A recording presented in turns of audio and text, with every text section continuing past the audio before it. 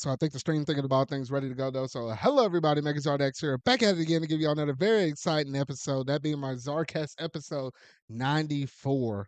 Man, oh man, Steven, we're almost down to the very tail ending of the year. And there's not that many episodes left of the show, at least for the year of 2024. But at least what we got in store for y'all tonight, we got to talk about the Game Awards, all right? I literally thought it was going to be a crap show, but somehow Jeff Keighley managed to pull out one of his, I would say honestly, one of his best shows ever between his Gamescom, Summer Game Fest, and including the Game Awards and stuff. So we got to talk about the winners for that.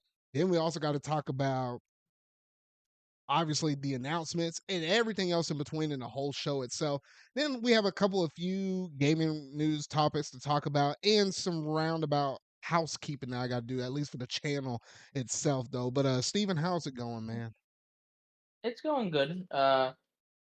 Just kind of preparing for the holidays. Got my last couple things I had to shop for out of the way. Just trying to get through these next couple days, and then I can enjoy those last couple days before Christmas. It's just, and my job is getting busier, and I didn't really feel all that great today, but I feel a little bit better now. Yeah, man. No, yeah, Christmas is right around the corner as well.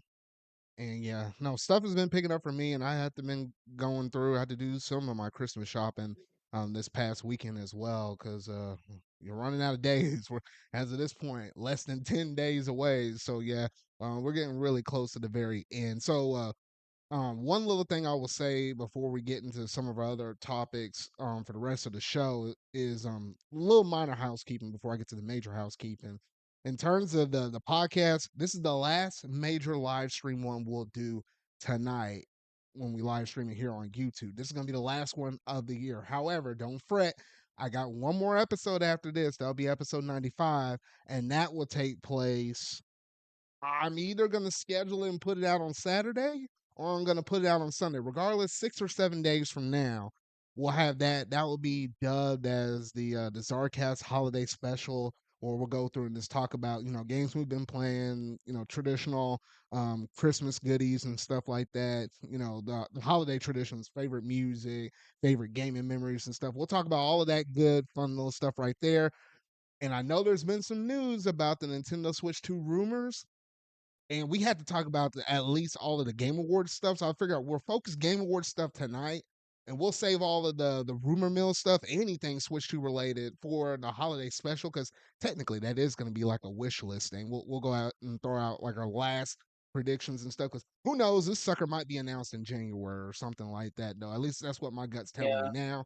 So we'll just have a little fun, casual episode for y'all next week, all on that. So that's just a little bit of a heads up. So with all of that out of the way, now we can go ahead and jump straight on over into that culture segment.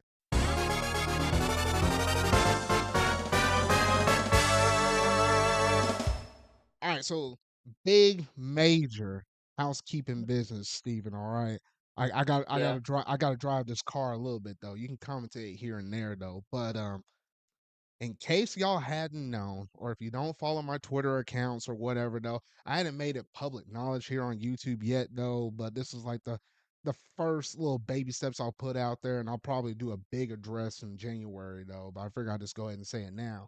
I did manage to get over at least the big major hurdle to actually get this channel monetized to a level of degree. Not the traditional ads where you just see an ad and someone gets paid for somebody else, their viewer, watching the ad. Not all the way to that point, but in terms of super chats, super thanks.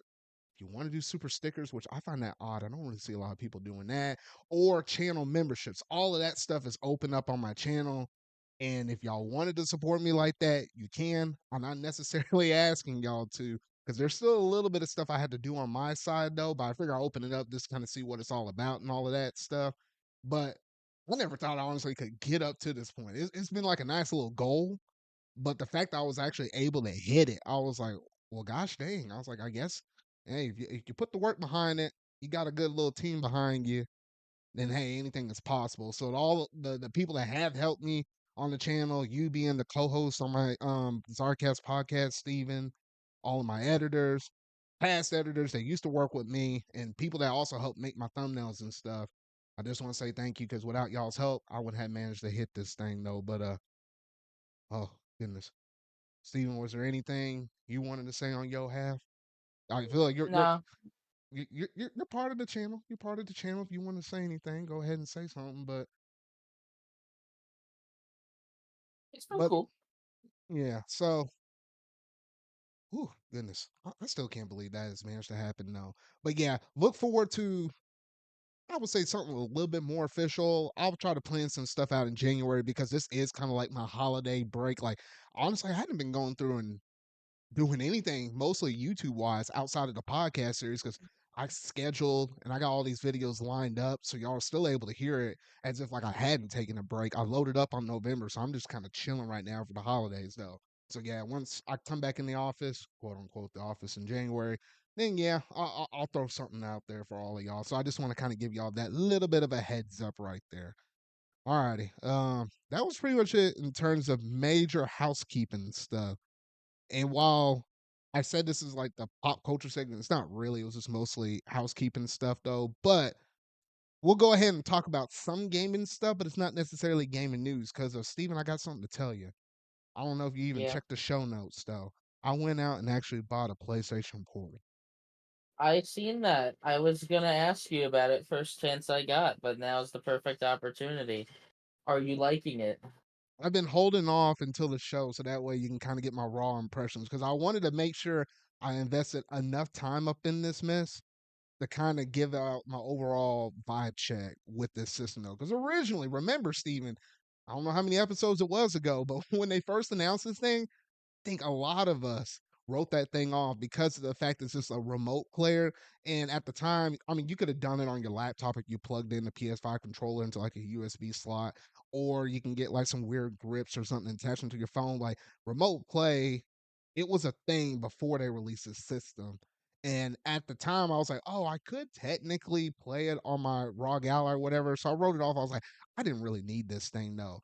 But slowly but surely, Steven, over time, they've been releasing more updates after updates to help optimize the experience a little bit better. Because obviously, with this device not being able to play your games natively, that was a major turnoff for most people, including myself for a period of time, though. But I felt like with most of these updates they've done recently, including this was a major 4.0 update where you're actually able to play games. If you have a PlayStation Premium account, you can actually play games directly from the cloud, not necessarily from your console. I was like, okay, now it's getting a little bit interesting. And I saw Wario64 say, hey, there's this one random website. I can't even say what the name of it is.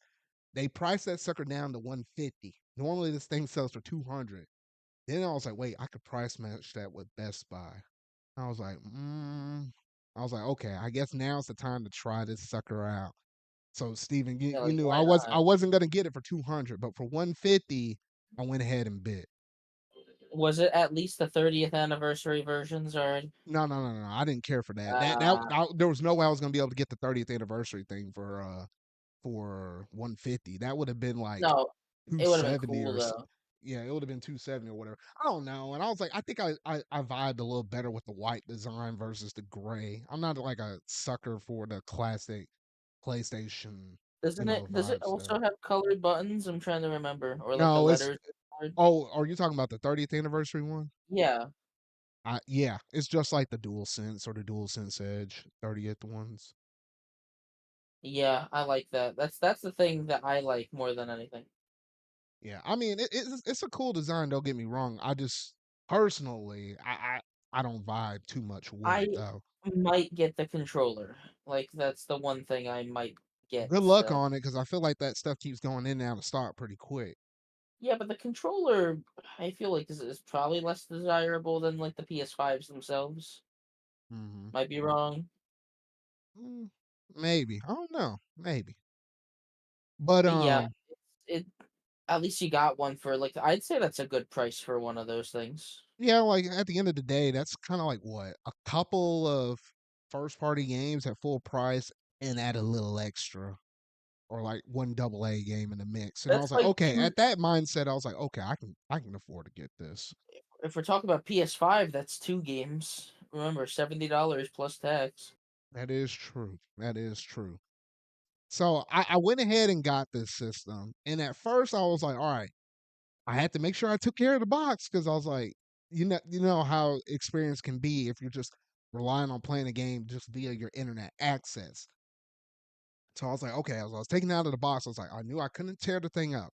I had to take care of this because I might have to return it. This kind of depend on the user experience and stuff. And when I got it out and I was setting up the stuff, it wasn't a terrible setup. Like you just kind of sync your stuff up with your PlayStation app on your phone and it synced up with your PS5 and you were in.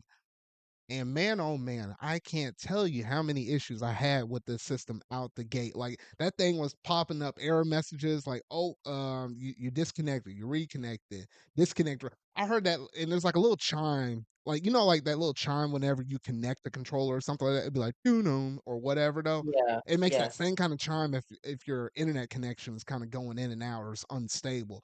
And it was doing it quite a bit. Now I have really good internet, like almost gigabit Ethernet or whatever though. So it's like it's pretty good. I know my internet is stable in the house, so I shouldn't be having these issues, but somehow I was in the room where I had all of my other gaming stuff, PS5, Switch, all of my stuff hooked up. So I was looking at it, I was like, I was like, I really wanted to make this work, but I don't know if this is gonna be for me. So I was almost thinking, man, I'm gonna have to probably return this the next day. But then I picked it up on a Friday and I was like, well, let me give it a couple more days, right? Like, I ain't gonna return something just after one day. Doesn't make sense, right? $150, you ain't gonna get a better deal from this. So I went into like I watched a whole bunch of YouTube videos. Long story short, there's a few things you can do on your PS5, like setting the resolution to 1080, toggling a certain mode where it's like if you turn on the PlayStation controller, it wouldn't also turn on your TV as well. Like turning certain features like that off. So I did a few things like that. And there was also like a 4.01 update that released shortly after that. I guess it was like a stability update or whatever. And I figured it out and also like walked around my house, right? Like just to make sure certain areas are better than others. And I figured out Yeah. somehow my upstairs area where my PS5 is at, that's probably the worst connection place. But then when I walked in the other parts of the house, I wasn't having that issue as much. And then I started playing the game. So I was like, once I started having solid connection, and gosh dang, Steven, this thing is good. Like, I can't say how good it is to play the PS5 and not being tethered to one TV in the house because you know that system is like super big. You can't really lug that thing out anywhere. Like if someone was like hosting a party or something like that, it's easy to take your Switch and your Switch dock on the go because it's a small system, right? You ain't doing that mess with the PS5 depending on your setup. Like I can't move that thing anywhere. To be able to Yeah. take this PlayStation Portal and play it in my room right before I go to bed, or if I wanted to play it in my family room watching like some TV or something like that, it allowed me to get more gaming hours in that I normally wouldn't do on my actual PS5 during certain parts of the day. And I think that's where this system really starts to shine because the game I've been testing for the most part, Steven, has been Metaphor Refantasy Zero. And that allowed me to get my hours up pretty high. Like right now, I'm a little higher than like 20 hours into this game now. And No, and I I'm get still you. trucking in here. I think it's yeah, it really is dependent on the person, and also the internet is a big factor. Like for example, in some areas, this thing is just a not a good thing to buy. Yeah, like if you live in like an extreme rural area, like for example, if I had this system and I was at my grandparents' house, ain't no way I would be Like, able to pull this mess off. Their internet speeds, their download speeds, I think it's like somewhere it's like five, maybe 10 if you're like right next to the router. It's pretty bad. Upload yeah, is there's abysmal. That would not work. yeah. At least from what I've seen of this thing, it seems like a pretty good companion piece for a PS5. But at the same time, if you have enough money for a PS5, if you have enough money to comfortably have a PS5, you probably also have enough money to have good internet, I'd hope. Or at least let's hope. Hmm. Yeah, like especially because game consoles are not a necessity. While I'd say internet is a necessity in this day and age. I mean, yeah, you Either got to keep up with the news somehow. yeah, and like even cable boxes now. Like we get my family, they just got cable boxes for the new house, and those are internet now. They're not even actually connected like through coaxial cable. It's all Hmm. internet now. Yeah. they're just streaming boxes. It's so weird. Either way, back to the topic. Yeah, like it seems like a pretty good companion piece, but I guess that's the issue. It's $150 for just something that you need to already have a $500 console for. Like Yeah, I so know I wouldn't do that they all of make that purchases in like but day one. Like, don't buy the $500 console and immediately buy this. No, it's interesting. You be seeing some parents and stuff around this holiday season. They got their truck loaded, or not truck. They got their grocery cart loaded up with like the PS5. I saw an older couple. I told you about this earlier, Steven, though. But like I saw like these older people. I want to say they probably look like grandparents or something. Had a PS5, three controllers, four oh different yeah, games, a webcam thing, I think, and maybe some other PlayStation accessory. It might have been some headphones or whatever though. And I was like, definitely no, for that was the cart that was like over $1,000 worth. I was like, how the heck? that's definitely for their grandkid that's a little too into gaming to actually spend time with his grandparents. I don't know. I don't know if they were parents or grandparents or what. Maybe I think they were grandparents. Who's to say though? I can't Well, judge. I'm pretty But sure if these were parents that actually still have to actively support their household, they're not getting that much yeah, no, that's what I was thinking. So, but in a anyway, regular though, situation. there are some there are some people when they get in that PlayStation ecosystem, they own it all, the earbuds, headphones, whatever, though. But with this, I feel like once you have your system for a little bit of time, at least a year, maybe a year and a half, then I could see you having a companion piece like this. Because at that point, you're not thinking about that original 500 starting point. You already invested that. That's behind the rear view mirror at this point. So just Yeah, doing a 150, normally it is 200 though. It's not as bad. But yeah, I really do like it, and especially now with that 4.0 update, you can play games off of the cloud if you had the premium subscription, which I do. So I dabble with games such as like Final Fantasy VII Remake, Steven. Surprisingly, playing off their cloud servers for a high action game like that, because I knew in terms of like response time delays, that would be the game to test. And I felt like Steven, I was playing it on the actual console. I kid you not. And sometimes people say Xbox has some pretty decent cloud gaming. Oh, PlayStation's is actually pretty good. I ain't gonna lie. It's kind of crazy now. But I do remember playing some games over the cloud, like Ratchet and Clank on the PS3. That had a little bit of issues, but I don't know. This one on the Portal, it ran buttery smooth. I could have passed it off to somebody else, and they would not think I would be playing that off the cloud. like you'd say the delay was not that bad. No, like at points it felt like there wasn't any. Like I felt like I was playing a Switch, but it was just a PS5. Well, I'd say it probably uses what? How close? Actually, better question is how close were you to the PS5? I mean, the PS5 was upstairs. Well, no, no, no, no, no. I said the cloud. That's going off of Sony servers. That's not in my house. So that's connecting to the internet and shooting who knows where they got their servers. And Okay, it felt then like how I was, close were you to the router? Sorry. oh, router's upstairs. I was all the way downstairs in my room. I mean, Interesting. Yeah. I had pretty good signal throughout the whole entire Yeah. house. So yeah. At least for me, I have amazing signal, but mostly only down in the basement. Mm, Like you go upstairs, it's about half a gigabyte, and then you go just a little outside the where my room is, and it drops off. I got you. But yeah, But that's overall, yeah. oh, yeah. So overall, if you've been thinking or you've been sitting on the fence, I say, gosh dang it, now's the time. If you want that flexibility, if you had that little extra money or something like that, or maybe after tax time or whatever, when you got a little extra dollars in your pocket, or if you're looking for a good Christmas gift and somebody in the family or one of your friends have a PS5, but they don't have this companion piece, they complain about not necessarily being able to play it on the go, or they have good internet, or they're willing to experiment with a little bit. I actually put my Zard stamp of approval up on this mess. It's actually a It pretty good does system. it does have its perks. I can think of one very specific situation it could be good. Like let's just say you're going to you're going out of state or you're going to a relative's house and they have good internet, but you don't want to pick up your PS5 and take all your games with you. You can just take the portal and play all your games once you get there. You don't gotta it's got the convenience factor of like digital games where you don't gotta bring a bunch of physical discs or cartridges with you. especially for PlayStation that uses discs. Bringing a Hmm. bunch of those with you is a little harder than bringing a bunch of small Switch cartridges. Yeah, So and it's definitely convenient. It's just yeah, the whole factor of you can't play that thing in a car ride really, at all.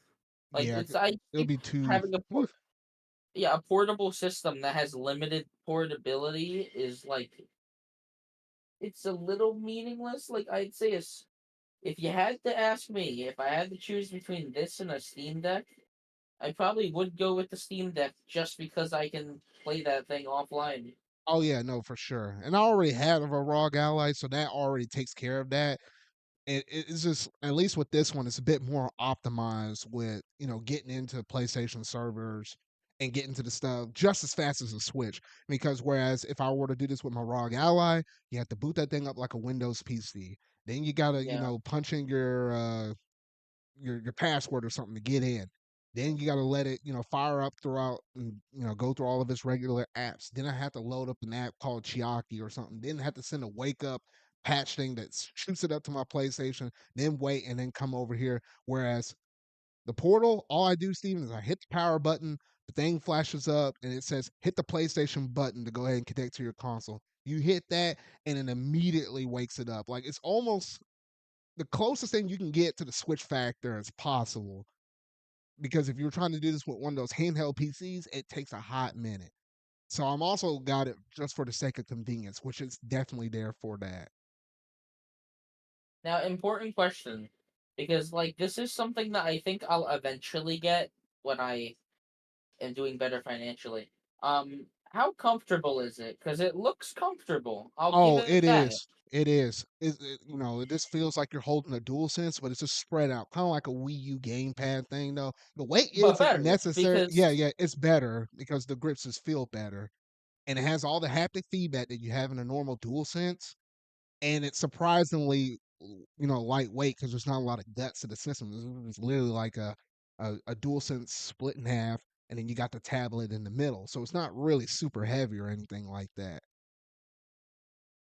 I guess the only drawback for the system mainly is the fact that if you if you have a big digital library of games on your PS5/PS4, the system's perfect for you. You won't have any issues. However, you're someone like me where I feel like 2/3 of your library or physical and 1/3 is digital or something like that. That's where things get a little tricky because of course you had to go up to your PlayStation, switch out the game, the physical disc or whatever, and then go about your day and boot up your PlayStation Portal. But if you're just regularly playing just that one set game, like for me, it's Metaphor Refantasy Zero. I mean, you're not really experiencing that too much. You're not trying to juggle and play a whole bunch of stuff. So I don't know. That's just it depends on per person with that though. But I say that's like the only main drawback, at least for me. Now that I got everything working with the system. Zard, this is Yeah. completely unrelated. Not to be an asshole, but it's Refantasia. Gosh dang it, Steven. I know it might be It's that, but in my head, that's how I read it because it's funny because they had that title pop up and they just did not say how to pronounce it. I feel like they didn't. Otherwise, it would have yeah, stuck but with like me. I'm just saying. I just looked at it and I was like, yeah, it's probably some kind of fancy pronunciation because the name of the game is Metaphor. Like it's going for something. I don't know. Yeah, but completely unrelated. But either way, yeah, PS Portal, I'm glad that you're enjoying it. It looks like something that I was kind of interested in. Maybe maybe your recommendation will get me to actually buy one day. Yeah, because I know If I you get have solid internet, so it shouldn't really give you too much of an issue. Yeah, it's just the whole thing of like, when am I actually gonna use this thing outside of the house? Like I go out once in a while, but I usually bring my Switch. Like I don't really have it's not like I really would play that many PS5 games on the go. And most of them, if I was gonna play PS5 games on the go, it would be like some indie games or Astrobot. And in the case of Astrobot, like yeah, I'm pretty sure this thing has the adaptive triggers and the microphone and all that, right? Yeah, PS Portal headphone has. jack and all of that. So yeah, you can just play it like normal. Like And does the wait actually question? How does the touchpad work? It doesn't have a oh touchpad. yeah. So whenever you touch the screen, there's like two little buttons. One that's kind of next to the left stick and one that's next to the right stick. on the opposite sides of the screen. And then if you double tap it, then it counts as like pressing the touchpad on your DualSense controller. That's how they make that work. But what about certain games where you actually have to touch specific parts? Can you simulate Oh that? no, Is that no, screen? it's like partially transparent where you see the shape of the button and it's like, it's like a transparent layer on top of the game you're I got playing. you. So you could see the little box frame and then you can move your finger inside of it. Yeah, no, Yeah, that because I sounds like I very know like similar games like to. what was it? Ghost of Tsushima. Like I know you have to swipe up on the touchpad to see where the wind would guide you. So that's what you do. You swipe up in that little bit of a box window on the touchpad, and that's where you can activate and do that one little part of the game. Yeah, Yeah, it definitely seems like a fun little device. Um, I wonder, is it compatible with PS5 Pro? Can you enjoy the 60 FPS of your PS5 Pro games through the portal? Is it even a 60 FPS capable screen? it is. It's 1080 60, which That's is the not same thing terrible. that my ROG Ally does. Well, ROG Ally can technically get up to 120 frames per second, but Yeah, and on a screen that small, I'm pretty sure it's like a slightly bigger than the Switch's screen, yeah, right? it's bigger than the OLED screen. But yeah, like with the screen still relatively small, I'm sure 1080p looks really good. Oh yeah, it does. The only thing is, I think it's like the color saturation with it, which is not as high in terms of color density Well, as like is when you it boot up on your PlayStation. But if you're just playing it on the go, you understand you're gonna have a little bit of sacrifice, but it's not necessarily bad at all. It's just something I is noticed it when an I had it. OLED screen? No, it's not an OLED. It's just an LCD screen. Okay, interesting. But yep, I think that's it for my little mini review. I talked about it longer than what I thought I would have because I mean this is That's like yeah, way after the interesting. Yeah. fact, but I mean I figure I'd throw my thoughts out there on it because hey, if I write off a system, I come back and buy it and I actually thoroughly enjoy it. Yes, I'm gonna come back and correct it up on the pod. I had to keep it real with y'all on here. And that, Yeah, I get you. It seems interesting. Definitely. yep, yep.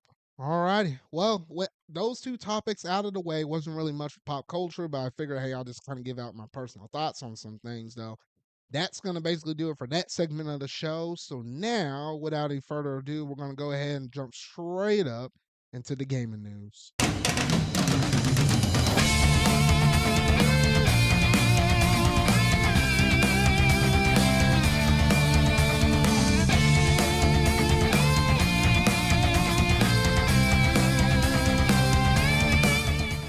All right, so we did manage to get some news on some DLC from Nintendo, Steven, but it's on that Mario clock. Yes, I'm referring to Mario Kart 8 Deluxe. It's finally got that DLC drop for Alarmo. And I hadn't even messed around with it yet. I should at some point just to see what it kind of sounds like, though. But this is like just a little quick news segment. Now I figure I might as well just go ahead and throw up in here, though. But I doubt you have much to say on this, Steven, outside of the fact of are you still gonna pick this up at some point?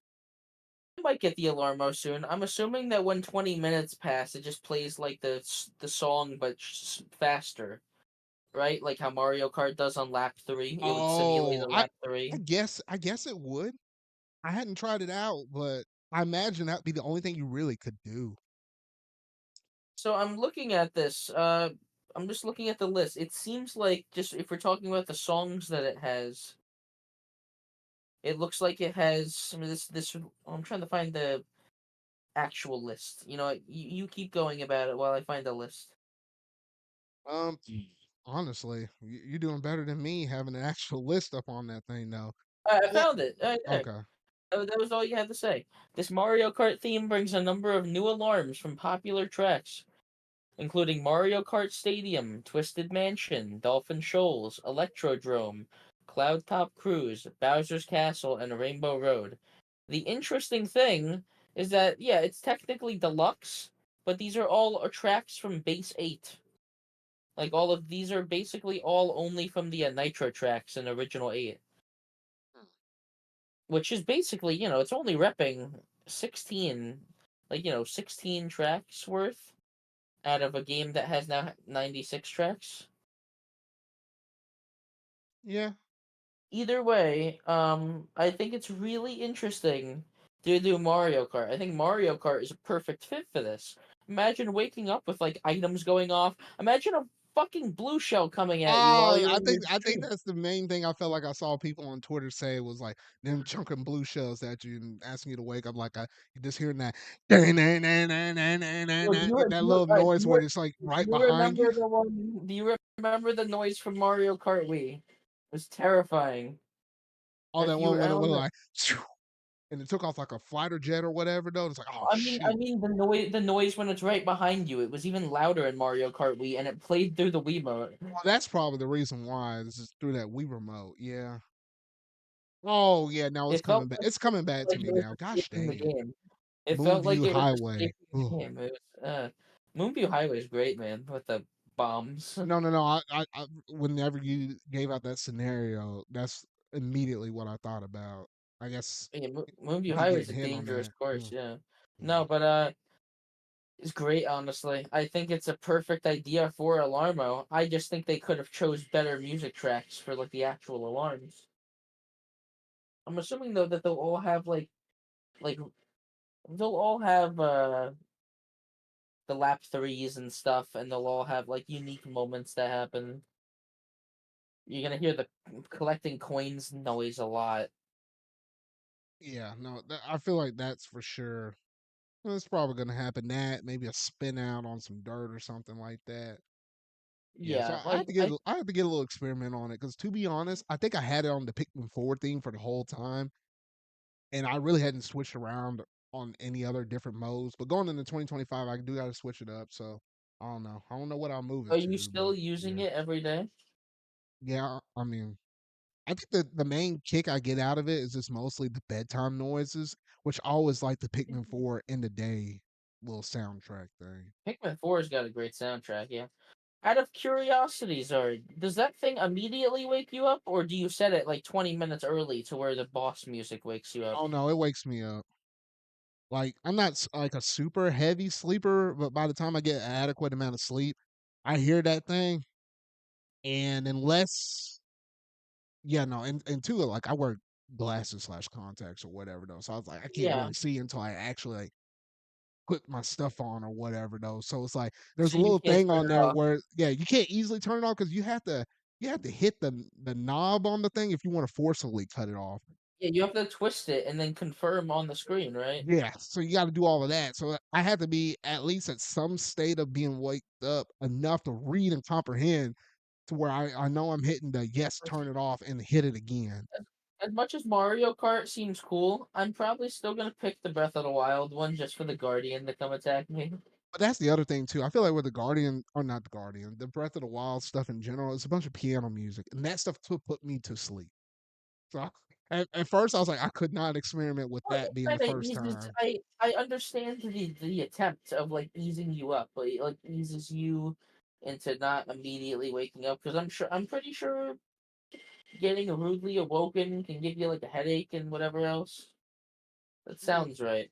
Either way, Mario Kart's a good choice, and like the tracks they picked are good and all, but they could have chose better. Like uh I think Dolphin Shoals and Cloud Top Cruise and Bowser's Castle are really good choices. And the Rainbow Road in Mario Kart 8 is just kind of there. It's okay. yeah, I'll say that. I mean, it was pretty good, pretty solid. I won't say nothing crazy about it though, but yeah. Yeah. But Alarmo's getting updates a lot slower than I expected. Like I know that there's more that goes into it than just adding music, but still I mean, but then again, like I think outside of Mario Kart, what was it supposed to be? Was Animal it Crossing. Animal Crossing and It's something the next else? I one. thought. No, they only sold us Animal Crossing and Mario Kart for now. But like I'm pretty There was sure something if else. I don't There know. was three of them. I can't No, think there about it. wasn't. There was not. I know for a fact there was only two. Hmm. It it now has six themes, which for $100, I think it should have more. But either way, Alarmo is definitely something that especially since Not to tip over the rumor mill, but especially since it seems like they're gonna keep the Switch branding, and you're gonna be able to play Switch games on Switch too. There's no reason for this thing not to tip over into the next generation as well. You know what I mean? Yeah. Like, it's not like Mario Odyssey is gonna be inaccessible. Like, people are still gonna play that game and then play the theme. Hmm. Either way, you know, we talked way too long about I Alarmo. know. I should. I was expecting to be another little bit of quick news, but that's one thing I got to learn with you. Quick news isn't necessarily quick. But To be all right. fair, there's not much that happened in the last 2 weeks, honestly.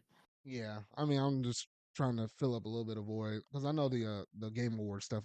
We'll just get through that in an hour's worth or so. But yeah, so Yeah, that's about it in terms of the Alarmo stuff. So we'll keep the show moving to one of the gaming news point number two because Astrobot actually managed to get some more DLC. And I think this technically wraps up all the DLC that we should be getting for this game, though. But they went out with a bang on that very last level. I hadn't gone through and played it yet, but Steven, you have. yes, So I like it. give me the spill It's on it. it's like a little. It's not as advanced or as in depth as a Mario 64 hub world, but it's just a nice little winter level with some cozy music. It basically uses every single ability throughout the game, like the monkey climbing, the frog fists. You have a little challenge dedicated to each one of those moves, and you can kind of just walk around and use them as you see fit. You can just use them however you want. Which the main game doesn't really do that. You basically only get those abilities in specifically designed sections for them. And you said So this was like a sandbox style, so it's not like one of the linear style levels. So it's like you get to go around, go one way, but then you can come you back and have go a to. different way. So in order to beat the level, you need to collect 7 presents, but there are 15 presents in total. Wait, so do each one of the presents technically count as a bot at the end of the day, or is it count as something else? You get some skins for your dual speeder. You get some actual outfits for Astro to wear, including well, the only thing I'll tell you, there's a Ghost of Tsushima outfit, which Oh shoot! Wait, that I can wear? yes, Oh, because there was already a bot in the game, but now they added the outfit. oh It looks shoot! cool. Hold And up then here. yeah, there's just a couple Christmas themed items, and then you have your 7 bots. I already kind of told you the other day, but there's a couple cool ones in there that I'm surprised they were able to get.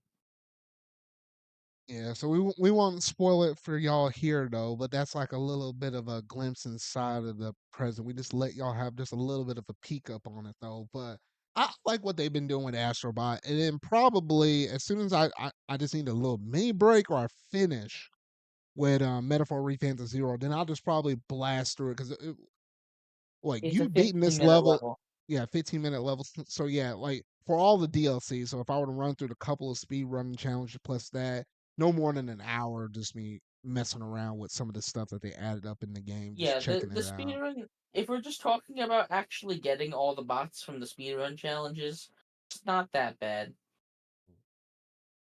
Yeah, because I was just waiting for them to drop all their stuff, including this big last major one, and then I was like, all right, at one good fell swoop, I'm just gonna do it all in one go.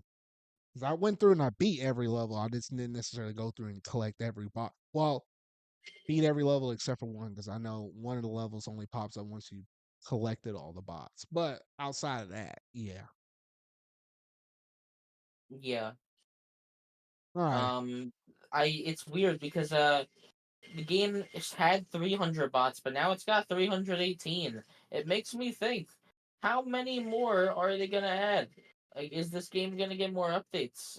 If Well, I so, imagine it might over time, like what? For example, Astro's Playroom technically got updates and they added a few things in that in the lead up to Astrobot releasing. yeah, So they added new they could do the same challenges, thing in the future. So I wouldn't necessarily close the door on anything, really. which I like that. I like when like a single player game gets these free little updates.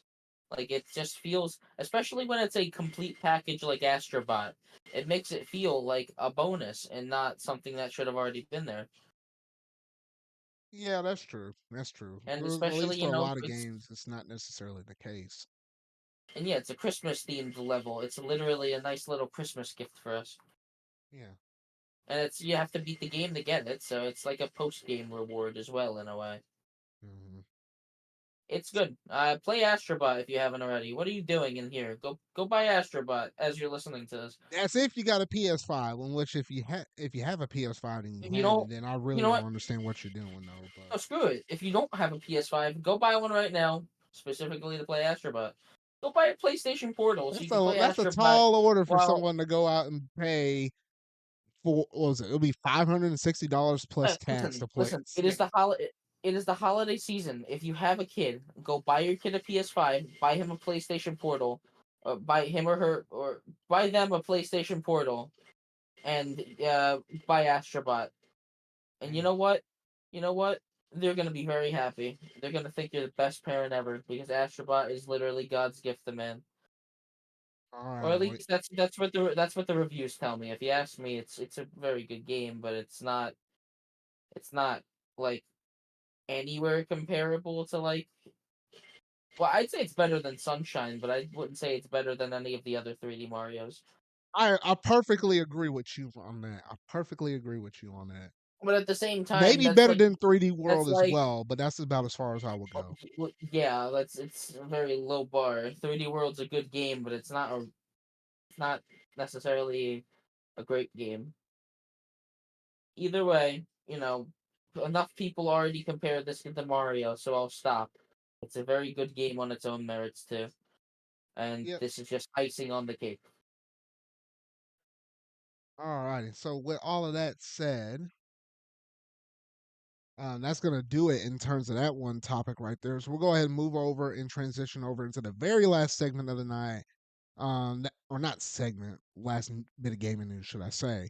And that is there is some rumblings that Sony is interested in buying Kadokawa, in which case, this was a thing even in the last episode, but I was holding off on it until we got a little bit more confirmed information on it because it was still technically part of the rumor mill. But this one now it's officially confirmed that yes, they were looking into potentially buying them. Whether or not will something actually come to fruition, that's going to be yet to be determined, but the fact that Sony was eyeballing them for a second and saying, "Hey, we could potentially see ourselves acquiring Kadokawa," which when I look at Kadokawa, originally in the back of my mind, I was just thinking about it from the media side of things. Like they own a bunch of different anime and stuff, But like because like that would be, it would be a monopoly basically on yeah, anime. The essentially, way I look that's the at way it. I was viewing it at first, because like they already have Crunchyroll and Funimation, and they fuse those two things together. They get this as well, and they almost have a monopoly. There's some few minor things that might go to like a Hulu or Netflix or something like that, or a High Dive or anything like that. But for the Either most part, way, over there in Japan, it would be a monopoly. But that's only one factor of it. There are some gaming studios that are tied to it as well, such as like Spike Chunsoft and From Software. And I'm like, ooh, that's where yeah, things get a little interesting. Spike Chunsoft kind of makes anything they want. It seems they make a lot of different things for a lot of different people. Acquire though has mostly been making games that release on all platforms, and I really, really don't want their games to come specifically only to PS5 first. Especially if they make a new Mario and Luigi, that's just not gonna happen if Sony buys them. It's just not. Same thing if I was gonna say same thing if Octopath Traveler 3 comes out. It will definitely be exclusive to PS5, knowing like their track record, at least for like the first year. Well, no, you say Octopath Traveler 3 being exclusive to PS5. Oh, oh, you're If saying with Acquire the yeah, acquisition. Oh, okay, yeah. okay. But yeah, new Mm, Mario and Luigi just wouldn't exist because Acquire developed this one. I mean, that would be funny because the Octopath Traveler games they always showed up first on Switch, so that would be a little odd. But um, I don't, I don't know. But regardless, whether or not this deal goes in or not, I would rather see them, stay and be their own thing. Because who's to say? Usually, with most acquisitions, they bring some studio in, they look at them, and then they wind up ensuring like a bunch of layoffs happen soon after that. because Yeah, I don't know the way how acquisitions they are restructure stuff, but yeah. well, acquisitions are not good. When you're brought into a big corporation, that corporation does not give a shit about you. They give a shit about the money you make, not the individual people that actually make the money and make the games. Look what happened with Microsoft immediately.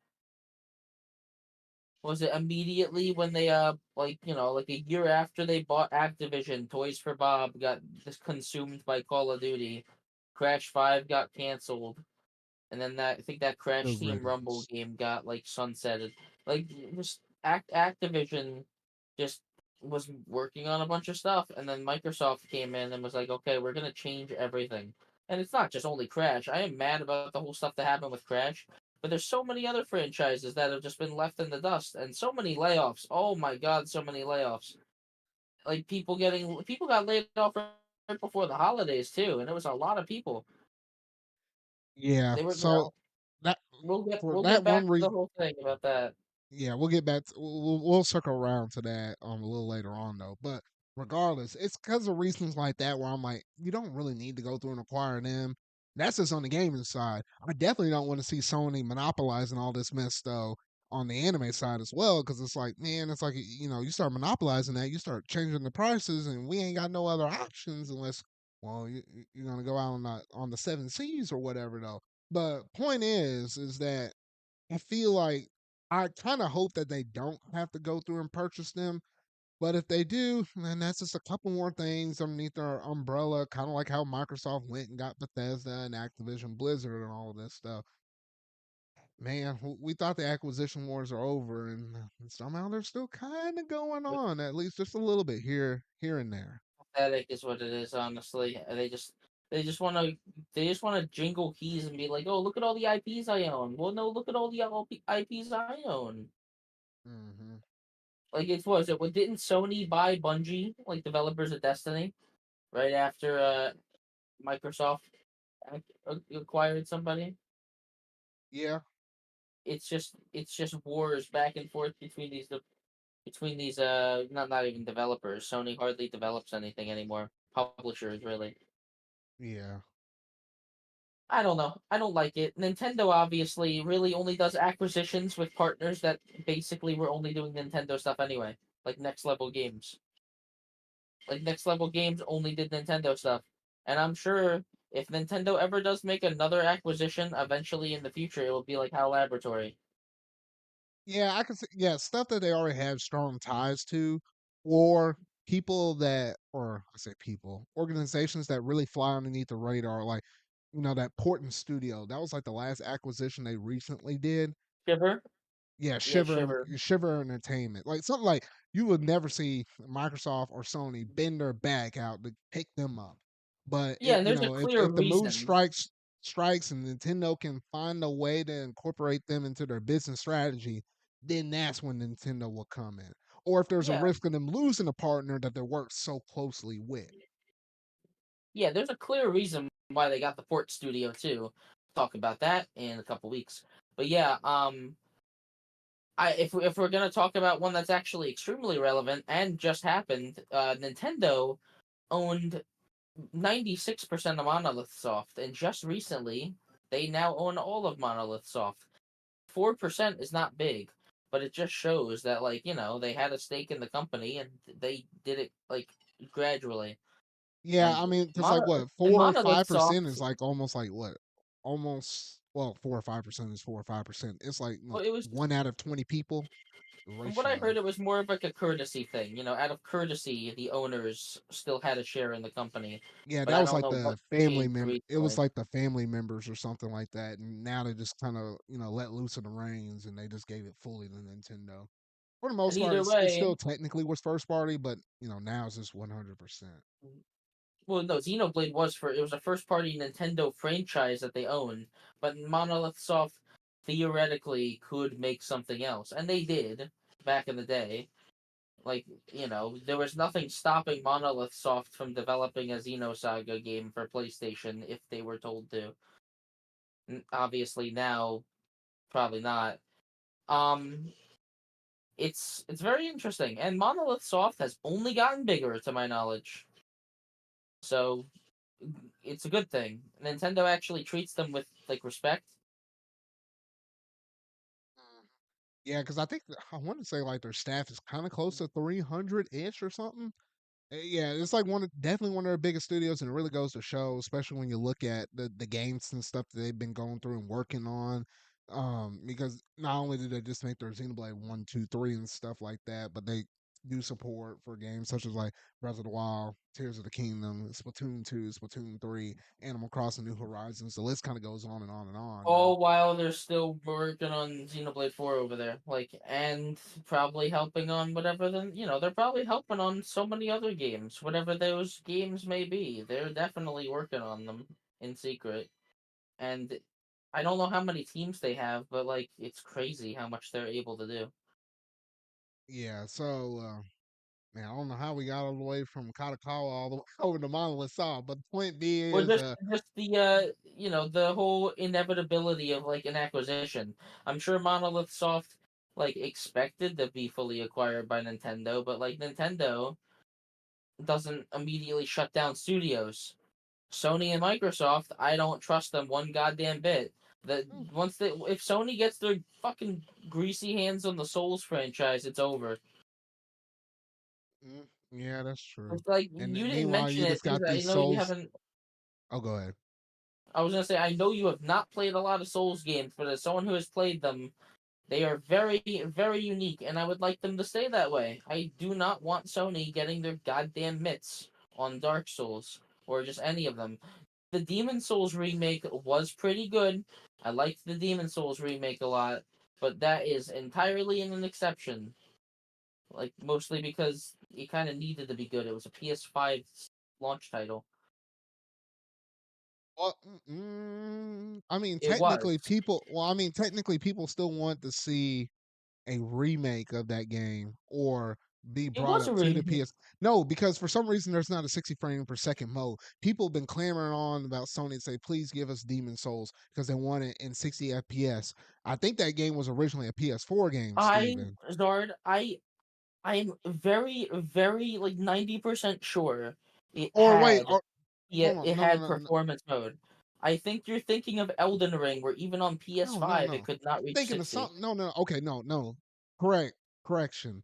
No, yeah, Demon Souls is a PS5 game. They just want a 60 FPS mode. I think that somehow is only running at 30 FPS. Because I remember I'm hearing that pretty. mess about that game. I'm checking it. I'm pretty sure when I played it, it was 60 FPS. Not to get too off track here, but No, because now I'm interested. Because you're I making I me doubt know myself. I know. Oh no. Okay, I'm sorry. I got the games mixed up. Correction again. Bloodborne. That's the one. I'm sorry. You said Demon Souls, and I was thinking in my mind Bloodborne. Two different things. No, Bloodborne is the Yeah. one that they wanted a remake on, and they hadn't, done anything with that. Okay, that So makes they're sense now. they're never Okay, gonna do that. yeah, Doesn't okay. matter if people want it, they will never do that. But yeah, I hope this doesn't happen. Like, I just want them to stay where they are and keep doing what they do best.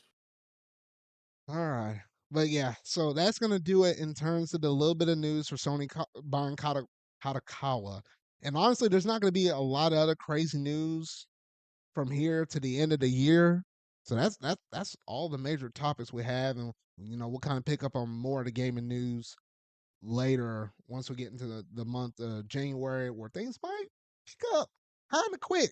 We will wait and see up on that mess though. But that's gonna do it in terms of all the gaming news. Now let's go ahead and flip it on over to the Game Awards because first I had to apologize. Originally, my plan for this was gonna be to stream this mess, but I got sick at the last moment. I was like, ah, shoot. So I was like, there wasn't no way I was gonna be able to carry my voice that whole entire time. So I just sat down and watched it with you, Steven, and a few other people that we know in our Discord server and stuff. We just watched it there. And gosh dang it, Jeff Keighley. I thought I was going to have to come out of my vacation and go on a rangent tant, me just randomly making together a video and just say how bad the show was. And you came out with a show that might have been the best one you might have ever put up. Maybe it's because it was the 10th anniversary and you were going down swinging, but like, my gosh, I was not expecting this out of Maybe. you. Oh To be goodness. fair, they kind of needed this. It was not a lot of people were complaining about last year's show for multiple reasons. It wasn't even just the please wrap it up thing. It was so many reasons that people did not like last year's Game Awards, and they were valid, of course. Yeah. So, in terms of how we're gonna handle this, obviously the two major things are the winners and the announcements. And unlike Jeff, who puts like what 40 minutes worth into the actual winners and then like the other 2 hours and 20 minutes into the announcements, we're going to respect the winners here because it is about the awards at the end of the day. So we're going to talk about who won what first. Then we'll go back and backtrace and talk about all the announcements that were revealed though. So I got the Game Awards website right here, and we're going to go ahead and roll on through these things though. We're going to report about everything, including some of the stuff that's not as interesting or whatever, though. So, such as all the sports related teams, which, Steven, you didn't know any of these people, right? Like the best esports team when you were looking at those nominees. No, Like, yeah, no. no. So I'll just mention who won what, and we'll just kind of keep this train going. So, in terms of best esports team, the winner of it went to T1, who I guess are known for playing League of Legends. Then, if we were to look at best esport athlete, okay, I give this man a little props. Props. He's called Faker. Lee saying Hayok. I hope I said that right, but that's a cool name right there, Faker. I'll give you I that. think you're the fake athlete around here. And then best esports game, that went to League of Legends. That kind of made sense because I don't know. I feel like I always see advertising for that game all the time. I seen it on a Coca-Cola bottle a couple months ago. Yeah. And in terms of content creator of the year, all right, now this is starting to get a little bit relatable, but I still don't know any of these people though.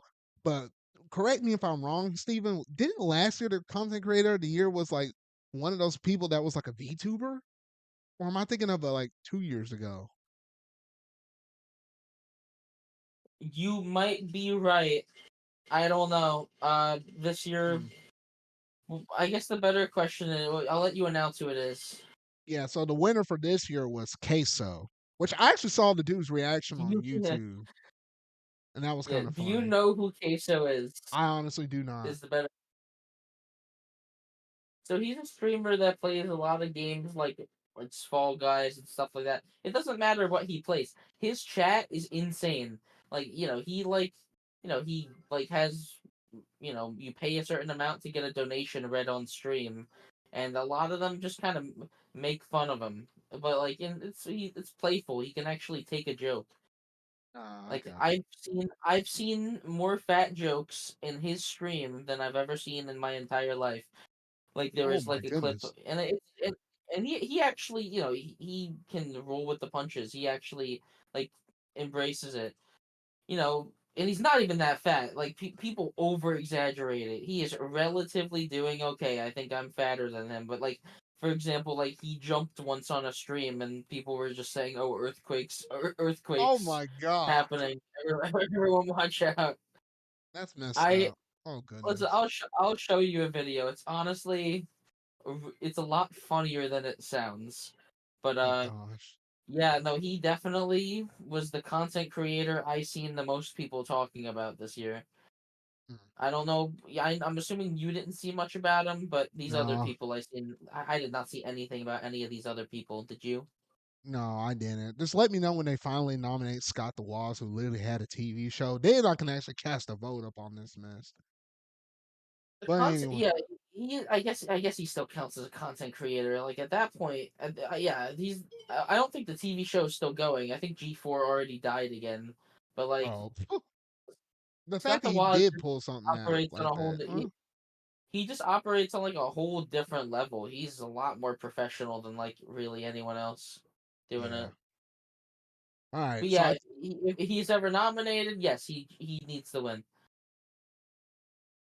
all right, so that does in terms of like the people, teams, esports category. Now we're kind of more so in the gaming stuff where things get a little bit more interesting. So then we have most anticipated game, And the winner for that went to Grand Theft Auto 6, beating out Death Stranding, the sequel, Ghost of Yotei, Metroid Prime 4, and Monster Hunter Wilds, which I can already tell you this right now between the announcements that we gotten in this show, what we already know, an upcoming Nintendo console, 2025 is going to be a wild year. It's going to rival 2017. I'm just trying to Yeah, tell y'all, be prepared to buckle up because it's going down next year. I'm just saying, like, whole shoot. 2025. I don't know if a lot of these games are gonna release similar times to each other. But yeah, you have all of these games, and then also like at least another three from Nintendo that are all gonna be big. Yeah, I'm just saying, we're in for a good time. We're in for a good time in 2025. Let's just hope nothing dumb happens though. But yeah, so outside of that, that's gonna be it for that category. Then we turn over and look at best adaptation. The winner for that one was Fallout, in which my gut was always telling me it was gonna be between Fallout and Knuckles, and Fallout won. So I figured that would have been the thing though. But yeah. Just let me know, Steven, if you got anything to say between the stuff while I'm just kind of rolling through a lot of Um, these I announcements. I was just gonna say that like if Knuckles won, I would have been extremely surprised. I heard no one talk about it, and then the people that did talk about it did not like it. Oh goodness, yeah. I don't know. I was almost thinking about maybe watching the rest of the episodes I needed to right before the Sonic the Hedgehog 3 movie, but I don't know if that's gonna It's not, happen.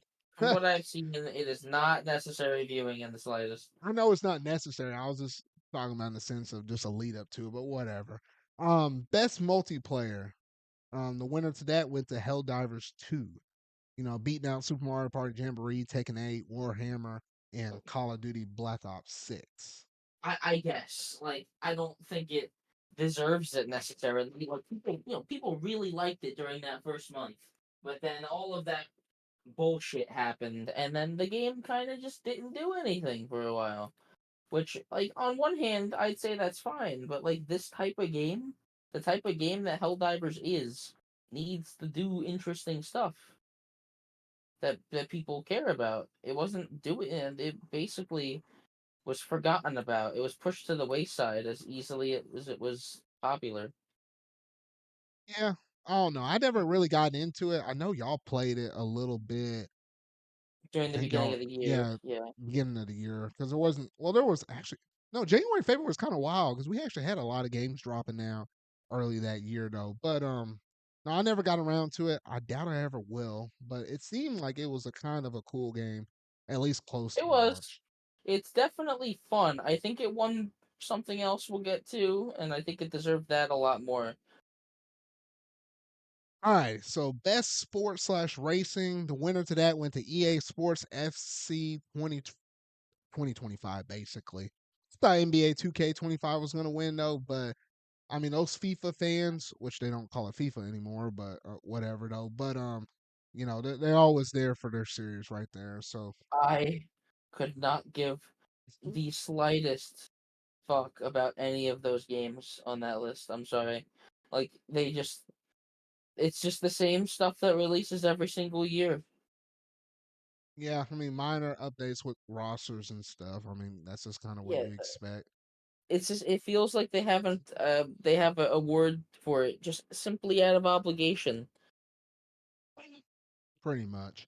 All right, I don't know. best sim slash strategy. The winner to that went to Frostpunk 2, beating out Age of Anthology, Path of the Goddess, Manor Lords, and Unicorn Overlord. Thought Unicorn Overlord was gonna win this one. And somehow some other thing from 11-bit studios managed to win, and I was like, dog, out of all of these, I only heard things about Unicorn Overlord, but I Like, digress. I've never heard of it, but it's probably good. I don't know. I've never played it, obviously. All right, and then next up you had Best Family Game, and gosh dang, Astrobot managed to steal this one away from Nintendo. This is literally Nintendo's category to win, beating out Princess Peach Showtime, Super Mario Party Jamboree, The Legend of Zelda Echoes of Wisdom, and The Plucky Squire. Nintendo had a 60% shot of beating this mess, but Astro came up with that short 20s like, I got you. Oh, to be fair, I think the only one of the Nintendo's games that actually would have had a chance was Mario Party. I don't think Zelda's not a family game. No, I was thinking it was going to be Super Mario Party Jamboree that would have won. I knew it was between that and Astro Bot, Yeah, but sometimes I people do definitely stuff. thought I definitely thought Jamboree was gonna win. I would honestly argue that Jamboree was Nintendo's biggest release this year. Like Thousand Year Door was a big deal for Mario fans, Oh, but in like terms if of we're sheer talking sales about numbers, absolutely. Like there was no yeah, it way that it wasn't. definitely Yeah, you can definitely tell that a title that was supposed to come out this year was pushed back. You can like it's very noticeable, especially because of how much stuff released at the end of this year. You had Echoes of Wisdom, Mario and Luigi, and Mario Party all look really close to each other. Something definitely got shuffled around to make up for that gap. yeah, quite possibly so though. But But no, either way, no, Mario Party was a great choice, but Astrobot deserves it. yeah, all fair in Love and War. Not too bad, but congrats to all the nominees in that category. Best fighting game. The winner to that one went to Tekken 8, outbeaten Dragon Ball Sparking Zero, Grand Blue Fantasy vs. Rising, Marvel vs. Capcom Fighting Collection, the arcade classics, and Multiverses. And to all of that, I own all these games except for Tekken 8 and Multiverses. And out of all of these, definitely Multiverses shouldn't have even been on this list to begin with because it technically was nominated last Yeah, year because of the way how they treat their betas and stuff though. But I think Tekken 8 rightfully deserves it, especially with the inclusion that they did with one of their announcements. We'll talk about that later. Was there multiverses. But when the lady said multiverses, no, or it was either her or Jeff Keighley that said it. Nobody applauded. There was Oh, really? silence. Oh, I must have missed There was that. Oh, because nothing. it was probably talked about in the pre-show. Well, no, not even that. It was just no one cared. No, like multiverses came back to absolutely no fanfare, Mm. and they made the game worse. I don't know if you played multiverses since the relaunch. They I never actively made it a played it. worse I was game. waiting on you to play it with, and we never did it during the beta. We never did it when they relaunched immediately. It was. I highly I doubt got now. bored after one day. I'm sorry. Mm. No, that's understandable though. But hats off to Tekken 8 actually winning one. I thought Dragon Ball Sparking Zero was gonna be able to pull it off though, but I guess apparently not. That was my personal fighting game of the year. All right, best RPG. Oh, this one is one I'm heavily invested in. No. And between all of the nominees, we had Dragon's Dogma 2, Elden Ring Shadow of the Erdtree. Oh man, that DLC. Final Fantasy VII Rebirth, Like a Dragon Infinite Wealth, and Metaphor Refan to Zero. And the winner went to Metaphor Refan to Zero. I know, Steven, you're going to say Metaphor Refantasio, though. So I'll say it both ways just Yeah, to appease you. But regardless, I love the heck out of that game. I'm only 20 hours in. So if I'm comparing it to like a 60-hour game, which I think that's how long it's going to take me to beat it, I'm about a third of the way through it. I've been loving the heck out of this mess. And, rightfully so, I think it could, it deserves the W on this one, though. The only other one that I could have personally also saw and I would have agreed with would have been Final Fantasy VII Rebirth. It was between those two games for me personally, though. But all of them are good nominees, well, except for Elden Ring. I didn't like that one being a DLC up in here.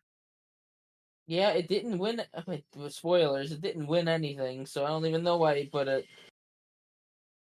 Yeah, I don't know. At least we stuck it to him, or at least the judges did. Combination of the fan voting and the judges, at least on that The one though. judges have the majority vote, though, so it does. We did not matter for any of these. Yeah. All right, and then we roll on over to best action slash adventure. This is where the stuff got a little weird with the way how they kind of nominated the different categories on a lot of that stuff though. But in terms of the winners for this, we have the winner was Astrobot, outbeating Yeah, Prince of Persia: The Lost Crown, Silent Hill 2, Star Wars Outlaws, and The Legend of Zelda: Echoes of Wisdom. And rightfully I so. I feel I like that's pretty good. What were you about to I say? thought I thought Echoes of Wisdom had a chance. It was either Echoes of Wisdom, Silent Hill 2, or Astrobot. And Star Wars was not getting it. Yeah, Star Wars wasn't getting it, and I felt like even though Prince of Persia was rated good, I just feel like there wasn't gonna be enough people kind of looking their eyes at like a 2D. Metroidvania in Isn't the comparison studio to like, already dead? and yeah, the studio's been shut down, dissolved, and they kind of redistributed like most of the people that worked on that studio into like other studios or whatever. Though Rest in peace. it would have been nice to see it actually win this category, just to stick it more so to Ubisoft and the weird way they've been managing their I employees and know. stuff. But I don't know, their employees slash their projects and such though. But hats off to Astrobot picking up, what was this, W number 2 so far that we've been going through and talking about. All right, and then next up we had Best Action Game. The winner for that was Black Myth Wukong, in which it outbeated Call of Duty, Black Ops 6, Helldivers 2, Stellar Blade, and Warhammer. So all of these were, for the most part, I felt like pretty good for action game, but I felt like the only ones that really felt like a true action game was like Black Myth or Stellar Blade. I was thinking maybe Stellar Blade would have won this one. Yeah, I definitely think so. What was the winner again? I'm sorry. Black Myth Wukong. Yeah, it makes sense. So many people were talking about that game in August. I'm pretty sure it might just be because it was like a big game in China, but there was a really, I feel like really that's high where most player of the count. audience was, for sure. It looked fun though. I'm definitely gonna eventually try it. They did a physical version eventually. Oh yeah, no. I heard some things with the PS5 release in terms of like performance and stuff, and more people were getting better results on PC, but they might have optimized a little bit better by the time you get it though. I would Uh fucking hope so. Best VR slash AR, the winner for that was Batman Arkham Shadows. I honestly could not say much of anything on the other four games though, but at least that one was bundled with the MetaQuest 3 during the holiday stuff with Black Friday and stuff though. So I was like, hey, if I ever got a MetaQuest 3, that would be the go-to game right there. Would be for Batman though. So no shocker, no surprises. Anything to say on that one, Steven? You were cutting out a bit, but you were talking about Batman Arkham Shadow, right? Yeah. What all I can say is that it's a Batman Arkham game. It was definitely gonna be like received well, and just the idea of like actually playing as Batman in like that first person view is really interesting to me. I haven't met a Quest 2, but if I ever get a 3, it will be because of that game. And it's like a fully featured game too. I think it's an actual like fully like 20-hour game.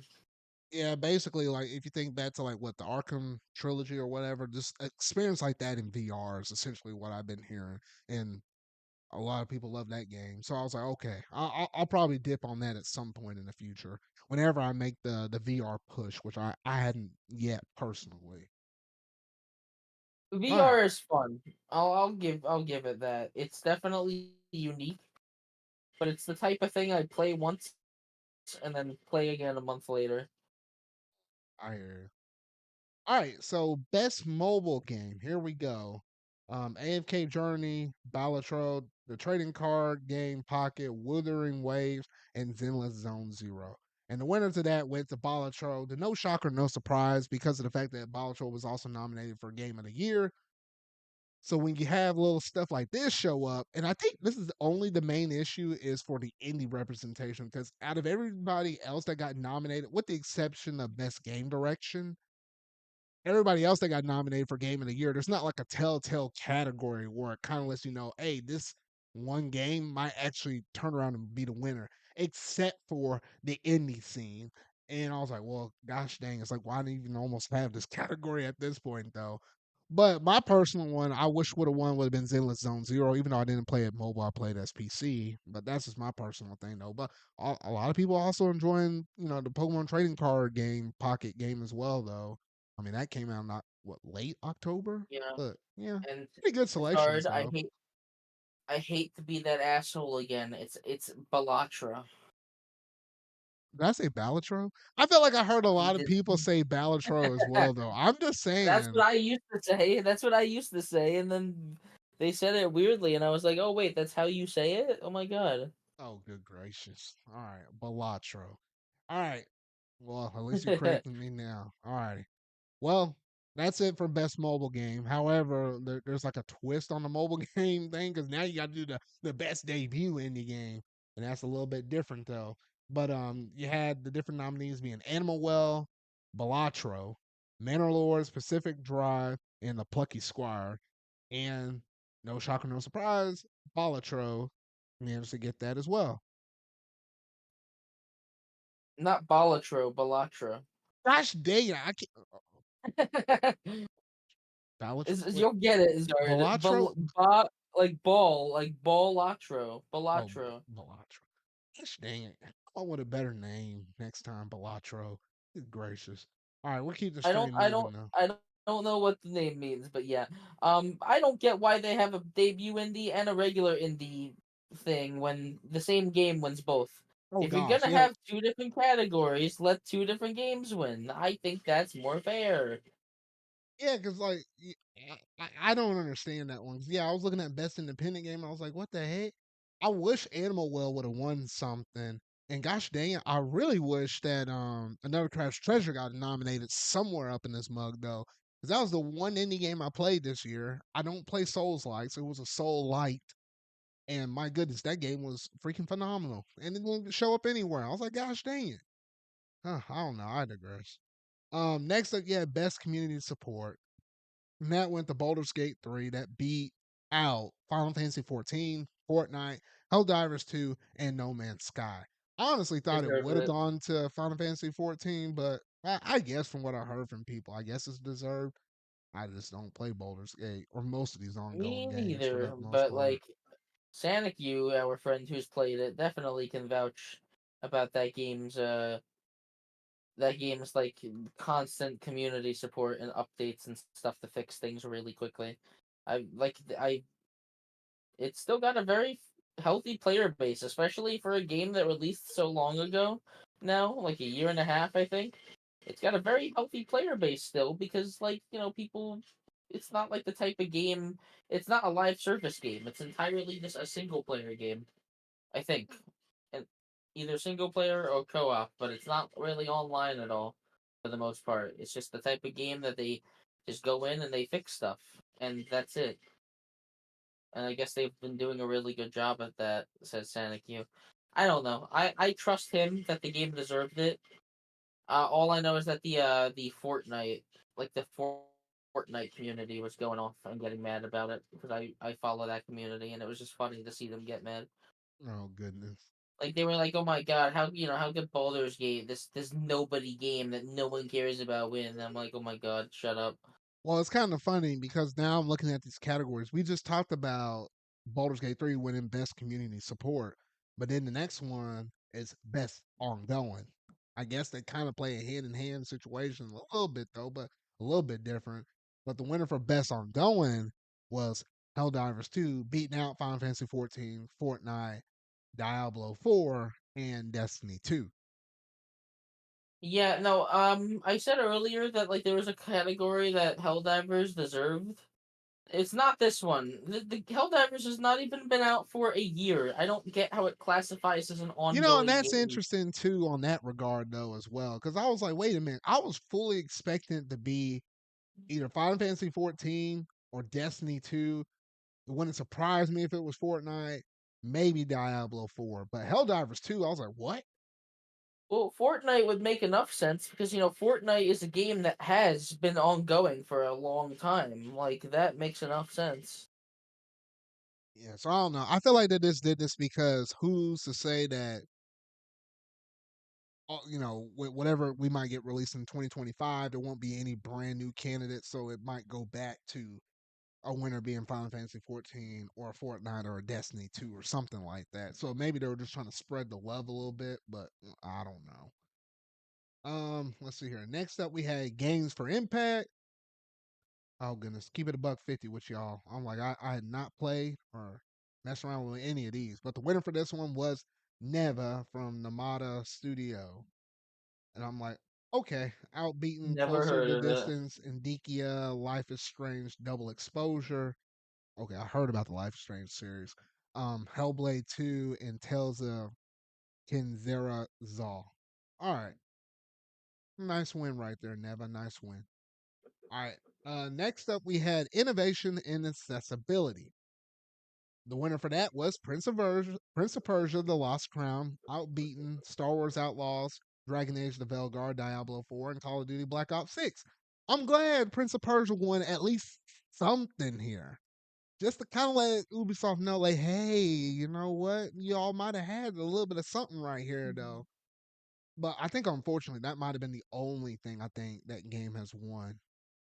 But Probably, and it was like the weirdest category for it to win in, but like yeah, it did seem like it had a lot of quality of life features for Metroidvanias especially. So yeah, like it makes sense that it won. I thought Call of Duty Black Ops 6 was gonna win.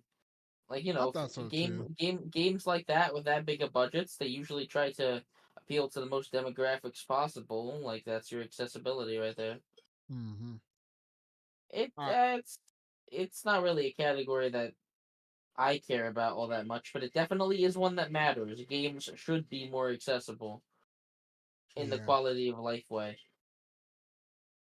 Let's see here. Outside of that, then we're gonna go ahead and switch on over to best performance. And in terms of that, the ones that were selected for that, oh dear, we got Melina Jurgens was the winner, and she was the voice actor for one of the characters in Hellblade 2. That kind The of made main sense with character. the main character. And that kind of made sense for, all the audio stuff that they do in Hellblade 2. So I think that's one of the main reasons why she probably won it. Because otherwise, I was thinking maybe Brianna White would have won it, who's Aerith's voice actor in Final Fantasy VII Rebirth. But, props off to all the voice actors because I feel like when you got good voice acting in a game, that definitely makes the game just that much more special. So shout outs to all the people that got nominated for that one now. Oh, you know what? I should actually say all the people that did get nominated for that. I already talked about Brianna White being Final Fantasy VII Rebirth. You had Hannah Tell for Life is Strange Double Exposure, Humberly Gonzalez for Star Wars Outlaws, and you had Luke Roberts for Silent Hill 2.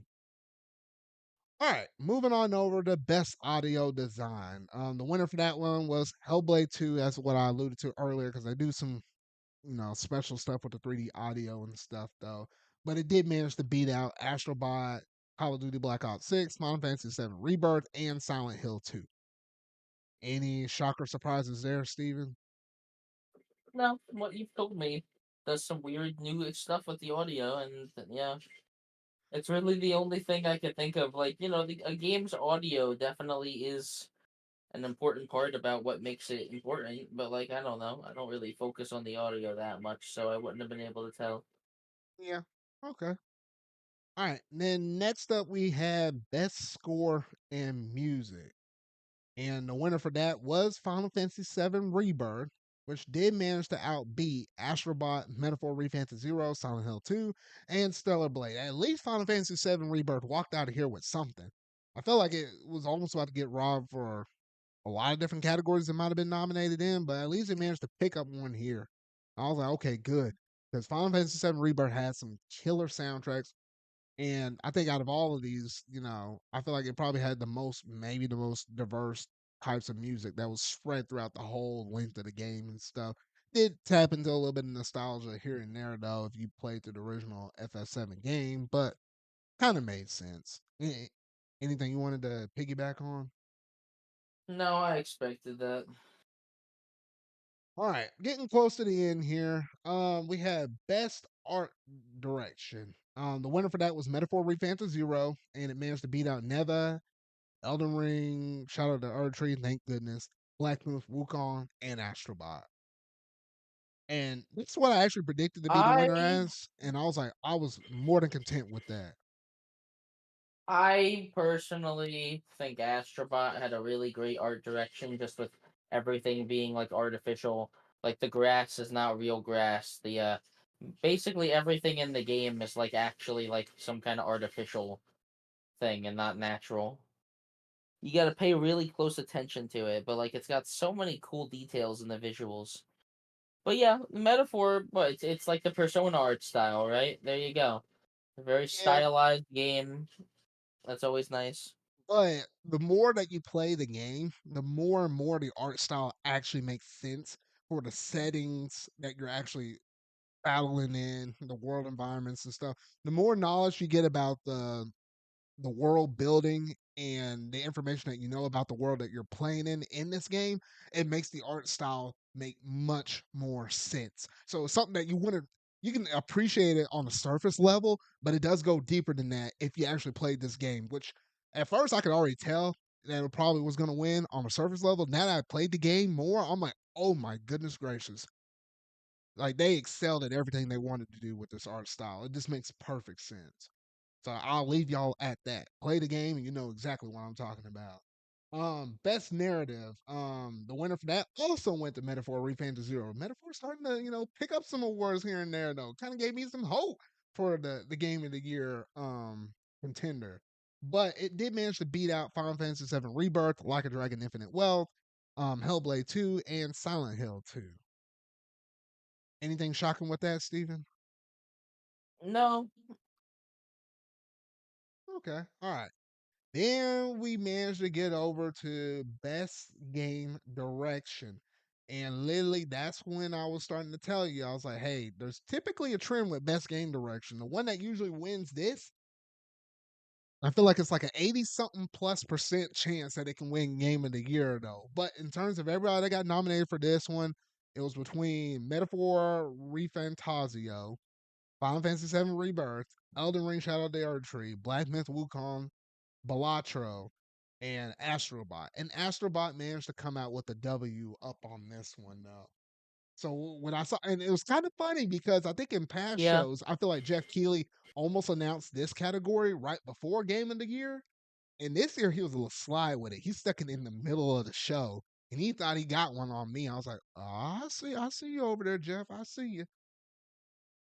But yeah, he had it in an interesting place this time around though. But yeah, I say that's well deserved, especially for what should be a mascot character that should be able to carry PlayStation moving forward. We'll just have to see and wait if yeah. they're going to Like capitalize on it. if we're just talking about purely game direction, this is the direction that Sony should be going in the future.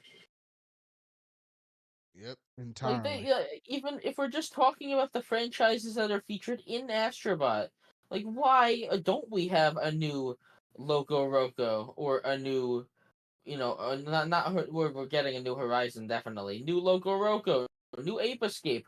How hard would it be to get a smaller studio to do a new Ape Escape? Like I don't get it. Like I'm sure that maybe I'm wrong, but I think Sony fans would like to have a slightly different slot game once in a while. Probably. I don't know. Maybe. Who's to I don't say know. though? It's like I'm gonna be a hypocrite here because I eat McDonald's. It's like eating fast food. At one point, you gotta get tired of eating the same goddamn shit.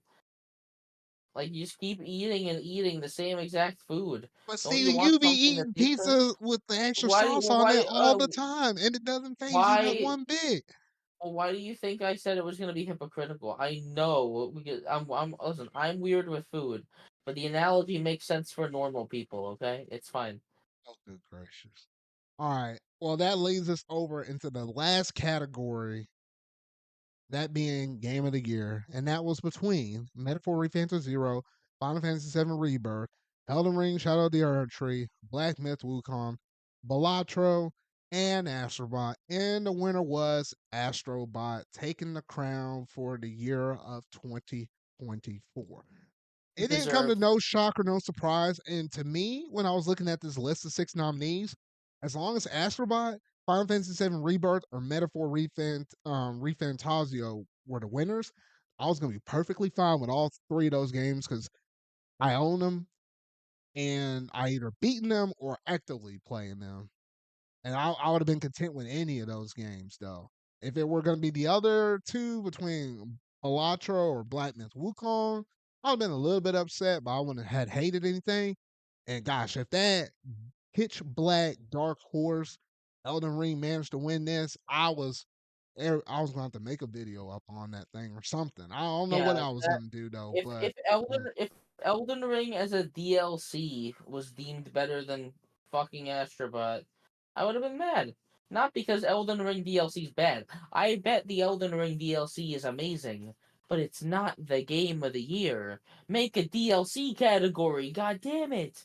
there should be a DLC category and there should be a remake slash remasters one because Even if the easily Persona 3 Reload could have slid into that spot right here where Elden Ring was at. Because I felt like it yeah, got snubbed. I felt like it should have showed up somewhere up in this. and Like that game was almost just as good as me going through and playing through Metaphor right now. And yeah, I'm shocked and how it didn't get represented at all. I don't know, either do a best DLC category or put it in with ongoing game. Like it can't be that fucking hard, can it? I don't know. It I didn't don't know. win, but the possibility of it winning is what made me annoyed. Yeah. So yeah, so overall, hats off to Astrobot. It did manage to pick up quite a bit of awards. I think it managed to pick up 4 awards in total. And I was thinking real close. I thought Metaphor might have had a shot because at this point, I think it picked up 3 awards. So it was like right behind Astrobot. So in my mind, right before they read it, I was like, oh man, it might be between Astrobot and Metaphor. But they gave it to Astrobot. Rightfully deserved, though, of course, though. But honestly, a really great game. And once again, if you own a PS5, but you hadn't managed to pick up or play that game, you need to get up on this mess. I don't know exactly what you're doing right here though, but I'm just saying, I'm just saying. Alrighty. With all of that out of the way, that's basically it in terms of all of the game award winners. Like we like to put emphasis on that. Before finally, we're gonna go ahead and switch it on over into all the game announcements that were revealed up in here. Because Steven, for the most part, between them announcing winners and stuff and the announcements, I think there was really like a low point in the show, even though the main show ran for like 3 hours, a little more than 3 hours.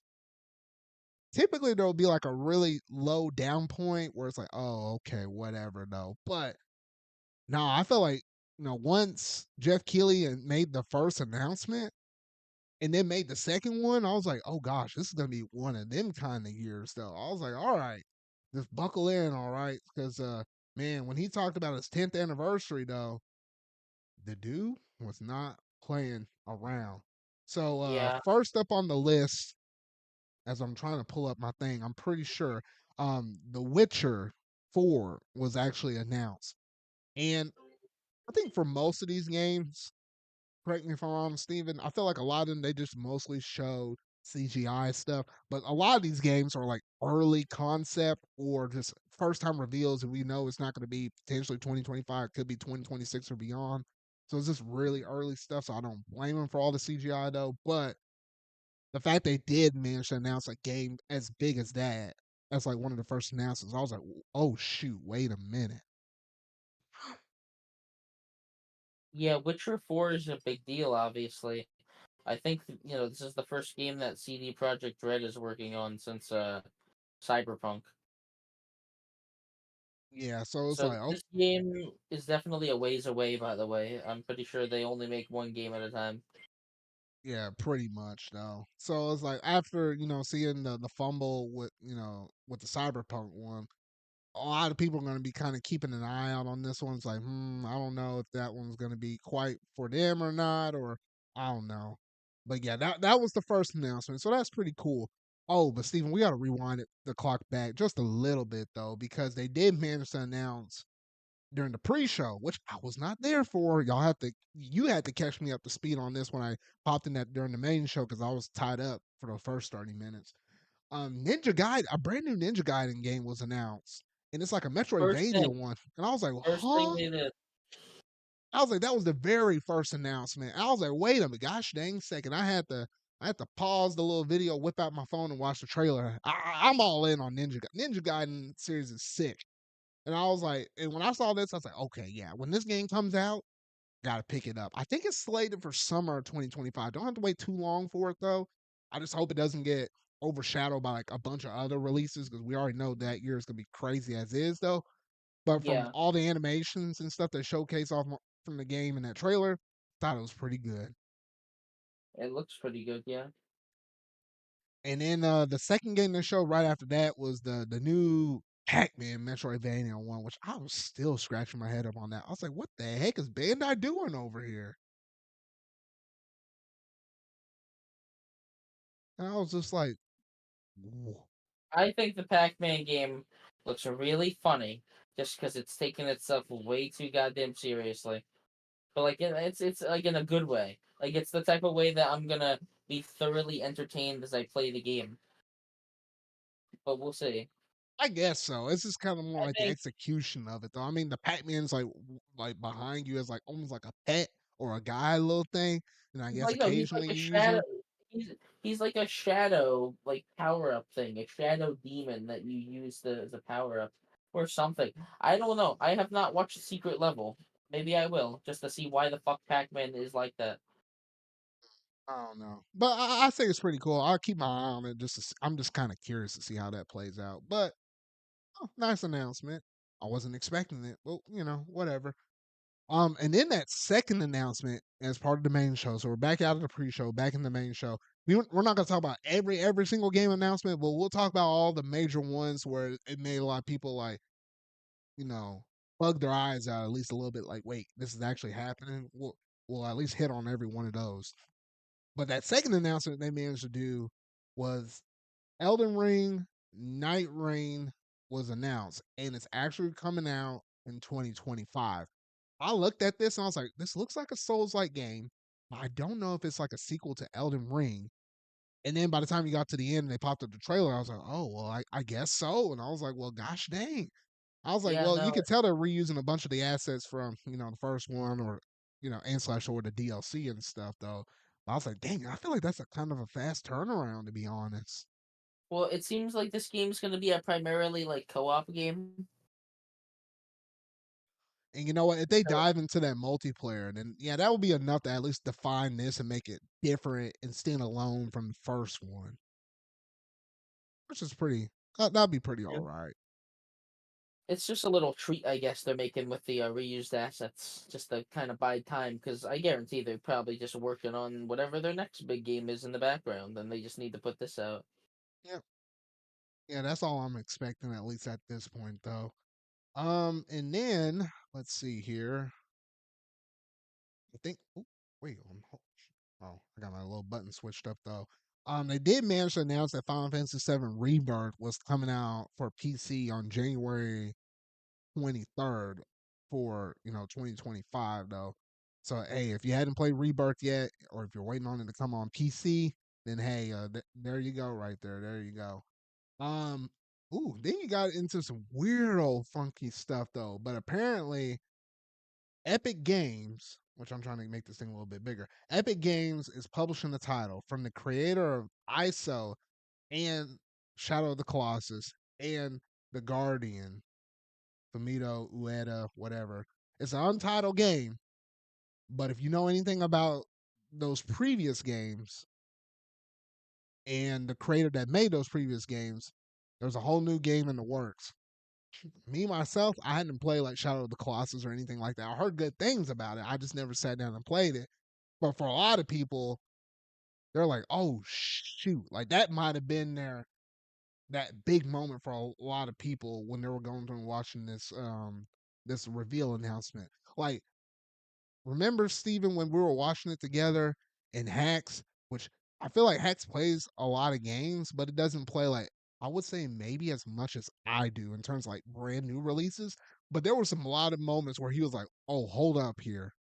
He'd be like, Yeah, "Now you caught my a attention." lot of He a said that lot a of games, lot in this show, do- and I a normally lot don't of hear games him say get that about like Nintendo Direct State of Plays, nothing like that. Mm, yeah. There was just a lot of stuff that he was getting excited for, which I do not blame him. Yeah, so that was a cool one right there. Next up, you also had the Outer Worlds 2 being announced, and that's a game already confirmed for 2025. It's coming out on like PS5, It Steam, was Xbox Series, announced Game before Pass. this. Yeah, I guess they just more so showed us like actual gameplay versus just like more of a concept thing though. But Yeah, yeah, this got a little bit of extra stuff on that. This is the one that kind of caught my interest as like one of the games. I was like, I could see myself potentially buying this one. Split Fiction. That's a big co-op game made by the same people that made It Takes Two, and it's coming I out March 6th. That's a quick turnaround. I am very interested in this one. And I love It Takes Two. I guess depending on what platforms, like we know the release date. They hadn't said platforms yet, but I imagine it's probably Steam, Xbox, PlayStation, whatever. Where will you be picking up this game at, Steven? PC. PC. Okay, not. Absolutely. It might have crossplay. I don't know. I maybe I'll get it on something else if it doesn't, like, let's just say if I was playing with you, then maybe I'll get it on something else. I really gotta see. I'll tell you obviously what I get it on before I Yeah, because get I it. mean, because this one would it be in a co-op experience, which I guess technically you could play it solo like It Takes Two, but I guess it did like something different for the player too, or you switch back and forth. So I imagine that same concept will carry over into this if you weren't able to play it with somebody. But I get, you get the biggest bang for your buck if you're playing it with somebody. So yeah, no, I have to see what y'all are getting or what you're getting it on because I imagine we'll play this game together. As long as nothing else crazy comes around that time. I got my eye on this because it's crazy how they're doing like what you had the two different girls and one's like on the futuristic side and the other one's more like on the oh gosh the fantasy Medieval. side of Yeah, things. well, yeah, it's like they're both writers, and one of them writes sci-fi stories, one writes fantasy stories. So you kind of have these two very different things mashed up, which I think is an interesting concept. The game is they said it's gonna every single level is gonna swap between those two concepts, and then they might get mixed in weird ways, which is a nice little. It's a nice hook, definitely. Mhm. Yeah, so I was like, overall, that was pretty cool. That one really caught me by surprise, and I thoroughly enjoyed at least that one announcement right there.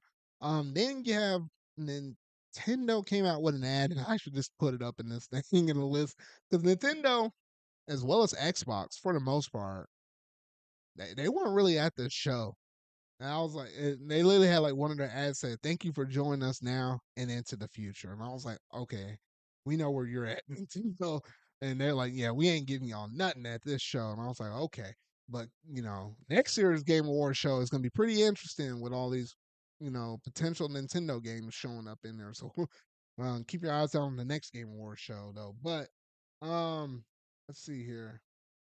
Oh, next up, it wasn't necessarily a game announcement, but I had to give credit where credit's due, Steven, because the Game Awards with Jeff Keighley and stuff, he was criticized in the past about all the game layoffs or, game developers being laid off and stuff and not saying anything about it in the past. And I felt like his him was forced to say something about it in the last year's show.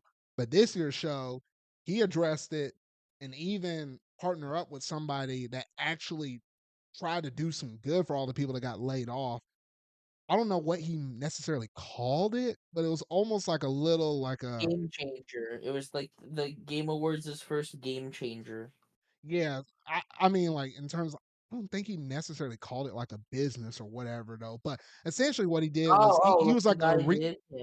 yeah, like he was basically like a resource person. So like people got laid off, they can come to him and this like group of people that he kind of ensemble together and they kind of kept them informed like hey here's how to write a resume or something like that, here are all these different job openings and all of that. So kind of like a transitional person, kind of like when you lose a job or you get laid off, you kind of go to try to get those checks and stuff to kind of keep you going for a float while you're in between this middle area.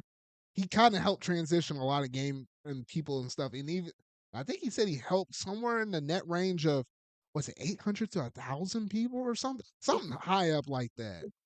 it's basically the equivalent of a homeless shelter, but for people that lost their gaming jobs. They take you in, they try their best to help you and get you back on your feet, and then, you hopefully come out better. But it's Yes. mostly, just people trying to help them. People just trying to help other people for really no. I don't think there's any monetary benefit. He's just doing it because because he wants to help. It was bad. Those layoffs were bad. I totally get why. Yeah, and I think one of the quotes because he got shook up when he was talking about that mess during the show as well. He was like, "Hey, it's like, great games are made by great people," and I was like, "You can't have the games without the people." And at the end of the day, yeah, he spoke the truth on that. Like that literally is the case, though. So hopefully these companies they get their acts together, or at least some things get put into play that kind of help prevent this, or at least on this massive scale like this, though. But heartfelt thoughts to all the people that have got laid off. But hopefully you manage to find something to where you're able to land back up on your feet. All right. In terms of the next announcement, we had Borderlands 4. I wasn't expecting them to come out with that kind of a crazy announcement like that. And apparently that's also coming out in 2025. And Yeah. I was like, man, these announcements weren't stopping. It technically was already announced, but they showed nothing. This actually had cinematic, it had gameplay. It seems interesting. It seems like another Borderlands game. I don't play enough Borderlands to see the difference, but it looks nice. Hmm. Yeah, I don't really play it either though, but I'll keep my eye on it, just kind of see how people take to it or see what they like or dislike about it though. But cool things. I like how we got a little bit of a variety for everybody, at least here at the show thus far. Then we managed to get Clive from Final Fantasy 16. I remember them showcasing on this trailer, and I saw Clive and stuff, and they started playing the FF16 music. I was like, wait a minute, this can't be DLC. They already finished this game up. I was like, what is this? And of course, it's a crossover with Tekken 8. And I was like, that made perfect sense right there. I was like, okay, I'm on down for it though. I don't play Tekken though, but that's pretty cool. And if I did, if I play with somebody with it, I already know who my main main would be at that point though. But yeah, that's just kind of cool to see right there. Let's see here. What? Okay, this is where things I think started to get really wild, and this is where Hacks he started losing his mind a little bit though. Um, oh gosh, it's hard to say the name of this studio or whatever though. But Ryuga Gotaku had a new title, Virtua Fighter. It's back, baby. I was like, what the actual freak? I was like, hold up here. This is Sega we're talking about? And this is the same Sega we get onto constantly about them saying, do something with your old IPs or, try to do something a little bit different though. And I was like, oh my goodness gracious. I was like, who? Was that on your bingo card, Steven? No. I was like, gosh, nay. And to top it all off, they even had a direct like what, maybe an hour or two after the whole entire Game Awards show was done with. Yeah. And I was like, my goodness. But yeah, I really did like the trailer and stuff. And I'm not too much of a crazy fighting fan though, but I can appreciate people throwing them down. I was always more so I like my Smash Brothers. The closest I'll get with it is usually Street Fighter, and that's about it though. But it's nice to see old fighting IPs, make a comeback and stuff, especially for one as old that Sega actually worked on in the past though. So we'll have to wait and see how this one turns out. I think there is some beta stuff currently with Steam, so you can kind of try out some stuff here and there as of this moment right now though. But that's ooh, I'm halfway dying over here. That's some cool stuff to see right there from Sega right there. So hats off to y'all. Hats off. All right. But the Ryu ga Kotako, well, I you know, we saw that logo pop up again. Sega wasn't done just yet because they're cooking tonight. They have a game that's called Project Century, which I was thinking, oh, is this like another Yakuza game or essentially like a Dragon game? Apparently not. But it's a new project in the works, and they kind of left it at that. Though I did like the soundtrack that they used kind of towards the end of it, though, and I was like, okay, I know at this point Hax was definitely popping Well, off. He was like, what well, the no, no, heck? no, no. Here's the thing. They just started showing the game, and it looked really interesting. I think this game looked really interesting, but then halfway through the trailer, it shows the logo of the studio, and Hax was like, "Wait a second." Like I know. Hax was very excited, and hey, I don't blame him. I didn't even care. I don't care that much about like most of those series. Like it didn't really seem all that interesting to me. But then I kind of went back at looked at it. It's a very unique time period it takes place in, Yeah, it as takes well place in as the like whole. 1912, and I was like, yeah, I was like, whoa. Yeah, very very interesting, and also it just looks like a fun game. I don't know if it's part of the Yakuza like series or what it's gonna be called, but hey. it's kind of crazy that they're making that and the new Virtua Fighter. Yeah, I don't know. Sega was definitely cooking tonight. I was like, oh shoot. I was like, all right, I see y'all, Sega. All right. But no, we weren't done with these wild announcements yet, though, because Saber slash Universal came out with Turok Origins, and I was like, stood about almost halfway, almost repositioned myself in my chair. I was like, Turok, what now? Like I'm used to like them old Turok games on the N64 back in the day, though. But I was like, wait a minute, we're touching this old IP. I was like, the freak. I was like, oh shoot, because at first I thought it was just a Jurassic Park game. And I looked at all this new stuff. I was like, nah, I have to see how this one turns out though, because I was like, gosh, dang, I certainly wasn't expecting that. My goodness. Uh, you had anything to say on that? It was mostly CGI No, stuff, but man, that caught me by surprise though. But Jeff Keighley was like, you know what? I have another one up in me because then he managed to announce Onimusha. And I was over here looking at myself, and we were watching this with Sonic Q as well, and I was like, Sonic Q, keep me updated on this mess though, because that seems something kind of close, not exactly close, but kind of close to the same vibes I normally would get from playing a game like Ghost of Tsushima or something like that. But Capcom was like, you know what, Sega, y'all gonna wake up, hold my beer, because I got y'all right here as well though, because Onimusha that hasn't been touched in a hot minute though, and they gave out a year release of 2026. So I was like, oh, okay. Everybody's starting to wake up in this thing. We didn't know what was coming up next at this point in the show. Did you have anything to say on Onimusha?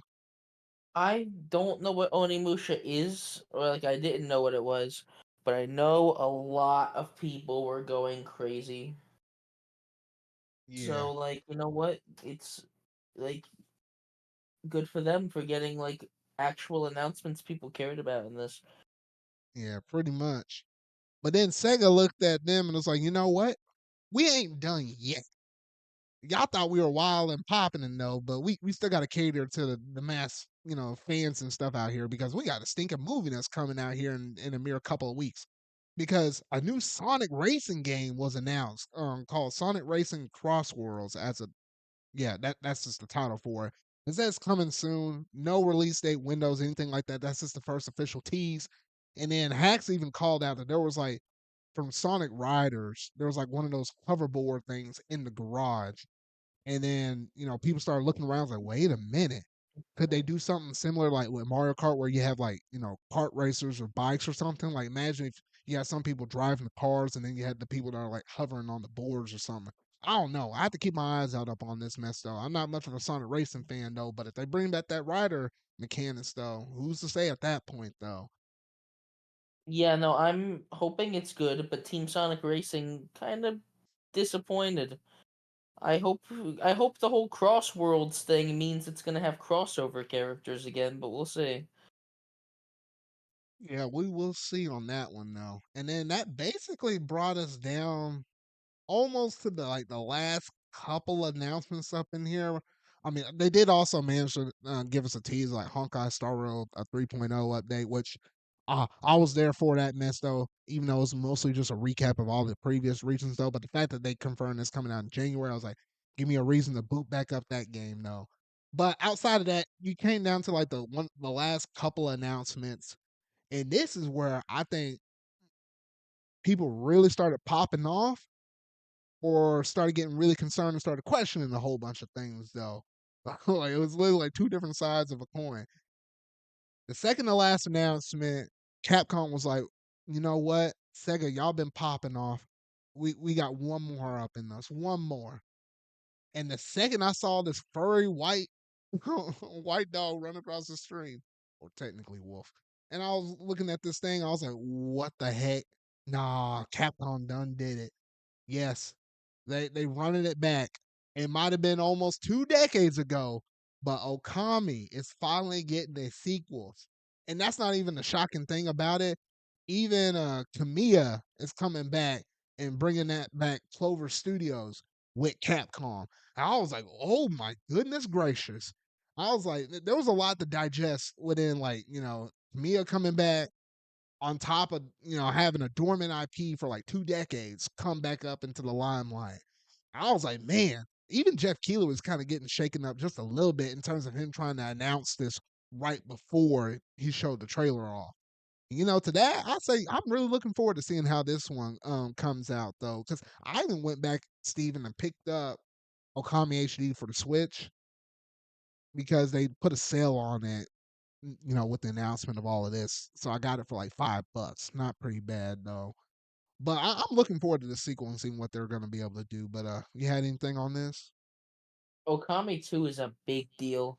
Like that's I'm surprised they got it, and I'm surprised that Jeff Keighley actually he was talking about how he was very proud to have this announcement.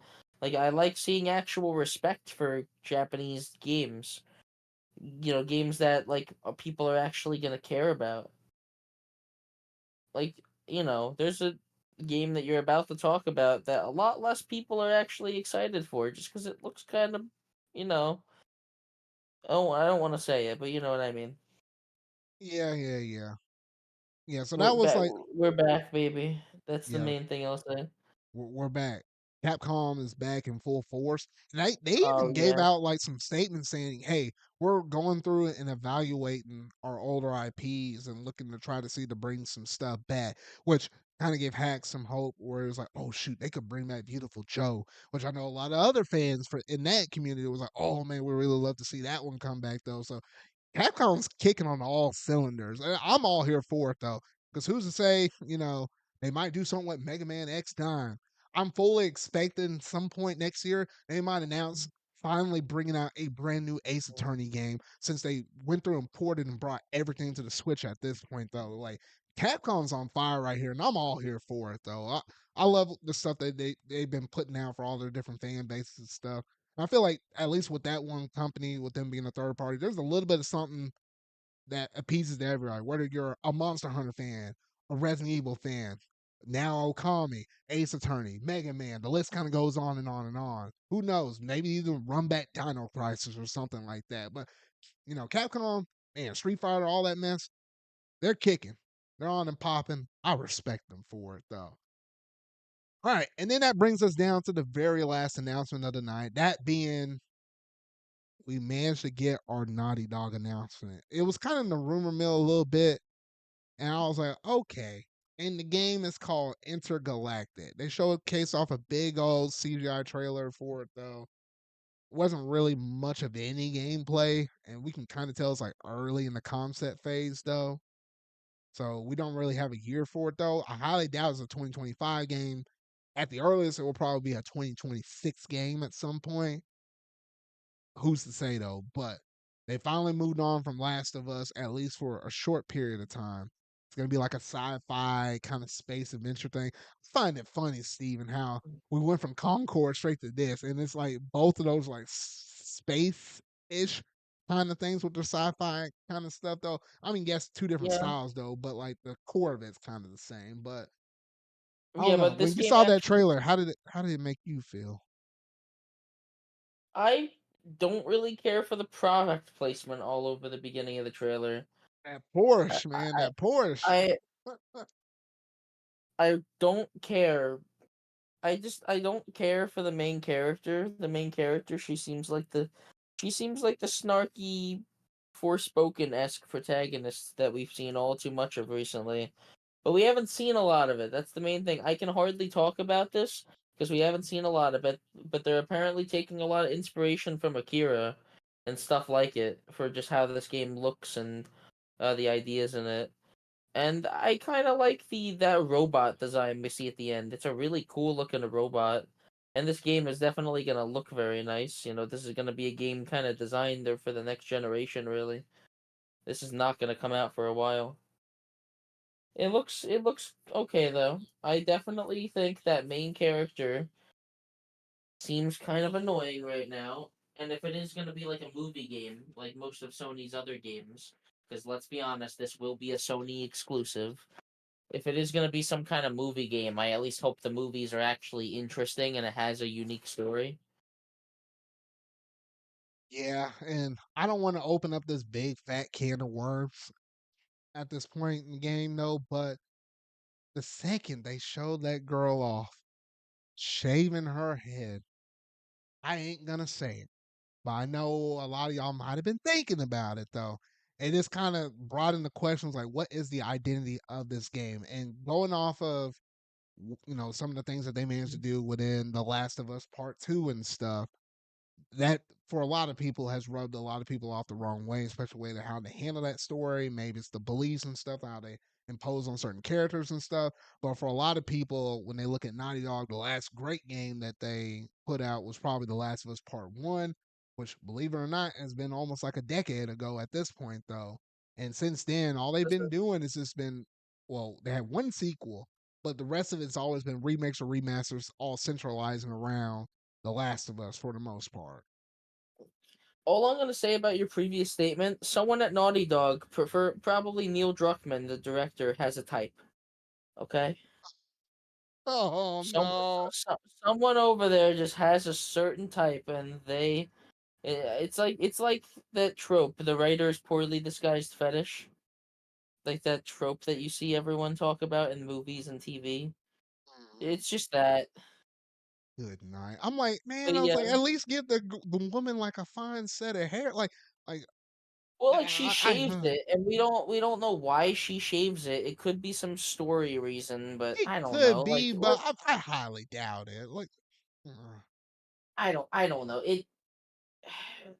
It's just the kind of weak. I think it's more of a generic design than anything. I don't even care about the shaved head all that much. I just think it's a very generic design for your main character. yeah, I don't know. Yeah, Who knows?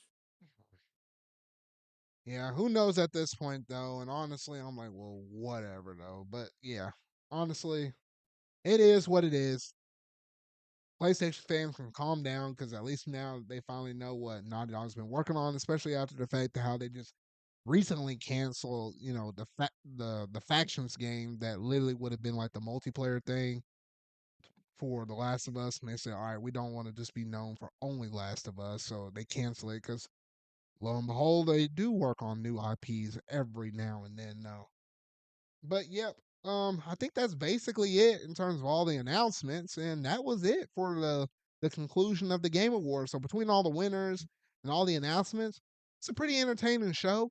And when Jeff Keighley actually put out that little tweet at the end where he was like, "Hey, rate the Game Awards A, B, C, or D, like the letter grades and stuff." Normally, I I rated voted shows A. on a C or a D. I voted an A. You said an A as well. Yeah, like, and that's the majority this time around. People really did actually like it. Man, I'm just not used to that at all, to be honest though. But I was like, okay. I was like, I see you, Jeff. That was solid. So I had to give props where it was due. And I felt like no one was really rushed with their speeches and stuff. I felt like they were able to get in, they were able to get out. From the people that were watching it live, they didn't have a teleprompter say wrap it up. So he did, take that criticism to heart. Looked like the security was well. We didn't have the Bill Clinton kids show up on stage and stuff. Looked pretty nice. We I had the mean, Muppets trash talk them. hey, we had the Muppets trash talk them, and those segments were actually entertaining. They actually got me to laugh. Yeah, I was like, this felt like an actual show. It was actually, I felt good watching this mess for 3 hours, and it kind of flew by, to be honest. Though, honestly, I do say that the Muppet segments were probably the best part of the show, though. I mean, they even had Snoop Dogg up in here. They had a little bit of Hollywood here and there, though. It wasn't felt like it was forced down your throat too much. And hey, if you just have one solid, little show up in the show, just in the middle, and it was actually entertaining, but you don't fill it up with a whole bunch of other people with their nominee announcements, or was it nominee reveals for whoever will win, and they drag on for too long. Hey, I'm all here for it though, because I did like the Snoop Dogg segment. That was actually a pretty good show. Didn't outstay its welcome or anything like that, so pretty good. Um, was I missing anything else, Steve, in terms of the overall feel of the Game Awards? I think I about covered everything. yeah. Hmm. Okay. No, yeah. So overall, a really solid Game of the Year award, and for the most part, that's literally gonna wrap it up in terms of like mostly any major news that we probably will have for the rest of 2024 before we transition over into 2025. Show went on a little bit longer than what we normally like to do, though. But I mean, we had to finish up at least the rest of the Game Award announcement, reveals, and all of that stuff, though, because all that stuff is really important, though. But overall, not a bad show, Jeff Keighley. Not a bad show. Yeah, jolly good show. Jolly good show. All right, and that's gonna do it in terms of this one episode right here. So just a reminder to all y'all that having to stick around to the very end. We will be back for one more episode. It will be pre-recorded for the ZardCast holiday special, and we'll talk about all the Nintendo Switch rumors and stuff that we weren't able to fit into this one show right here. We'll talk about that, holiday traditions, what we've been playing, personal highlights from the year, all of that stuff. That will be our final episode in a week's time from now. And that will be pre-recorded. It won't be live streamed, but I'll probably will premiere it like an actual YouTube premiere. So that's just a heads up on that though. So that's gonna do it. Steven, let the fine people know where they can find you at. You can find me on twitter.com/Steven Jr. 1231, or you can find me on a collab channel I do with some friends, Spaghetti Disco, on YouTube. Alrighty, and that's gonna do it for my episode 94. So if you really like this, make sure you're gonna hit that like button. Go ahead and hit the subscribe button and that bell to stay up to date on all things video game related. I feel like talking about and discussing. If you happen to be listening to this on one of my podcast streaming services, whether it be like an Apple, Spotify, Amazon Music, iHeartRadio, yes, you can listen to me even in the car.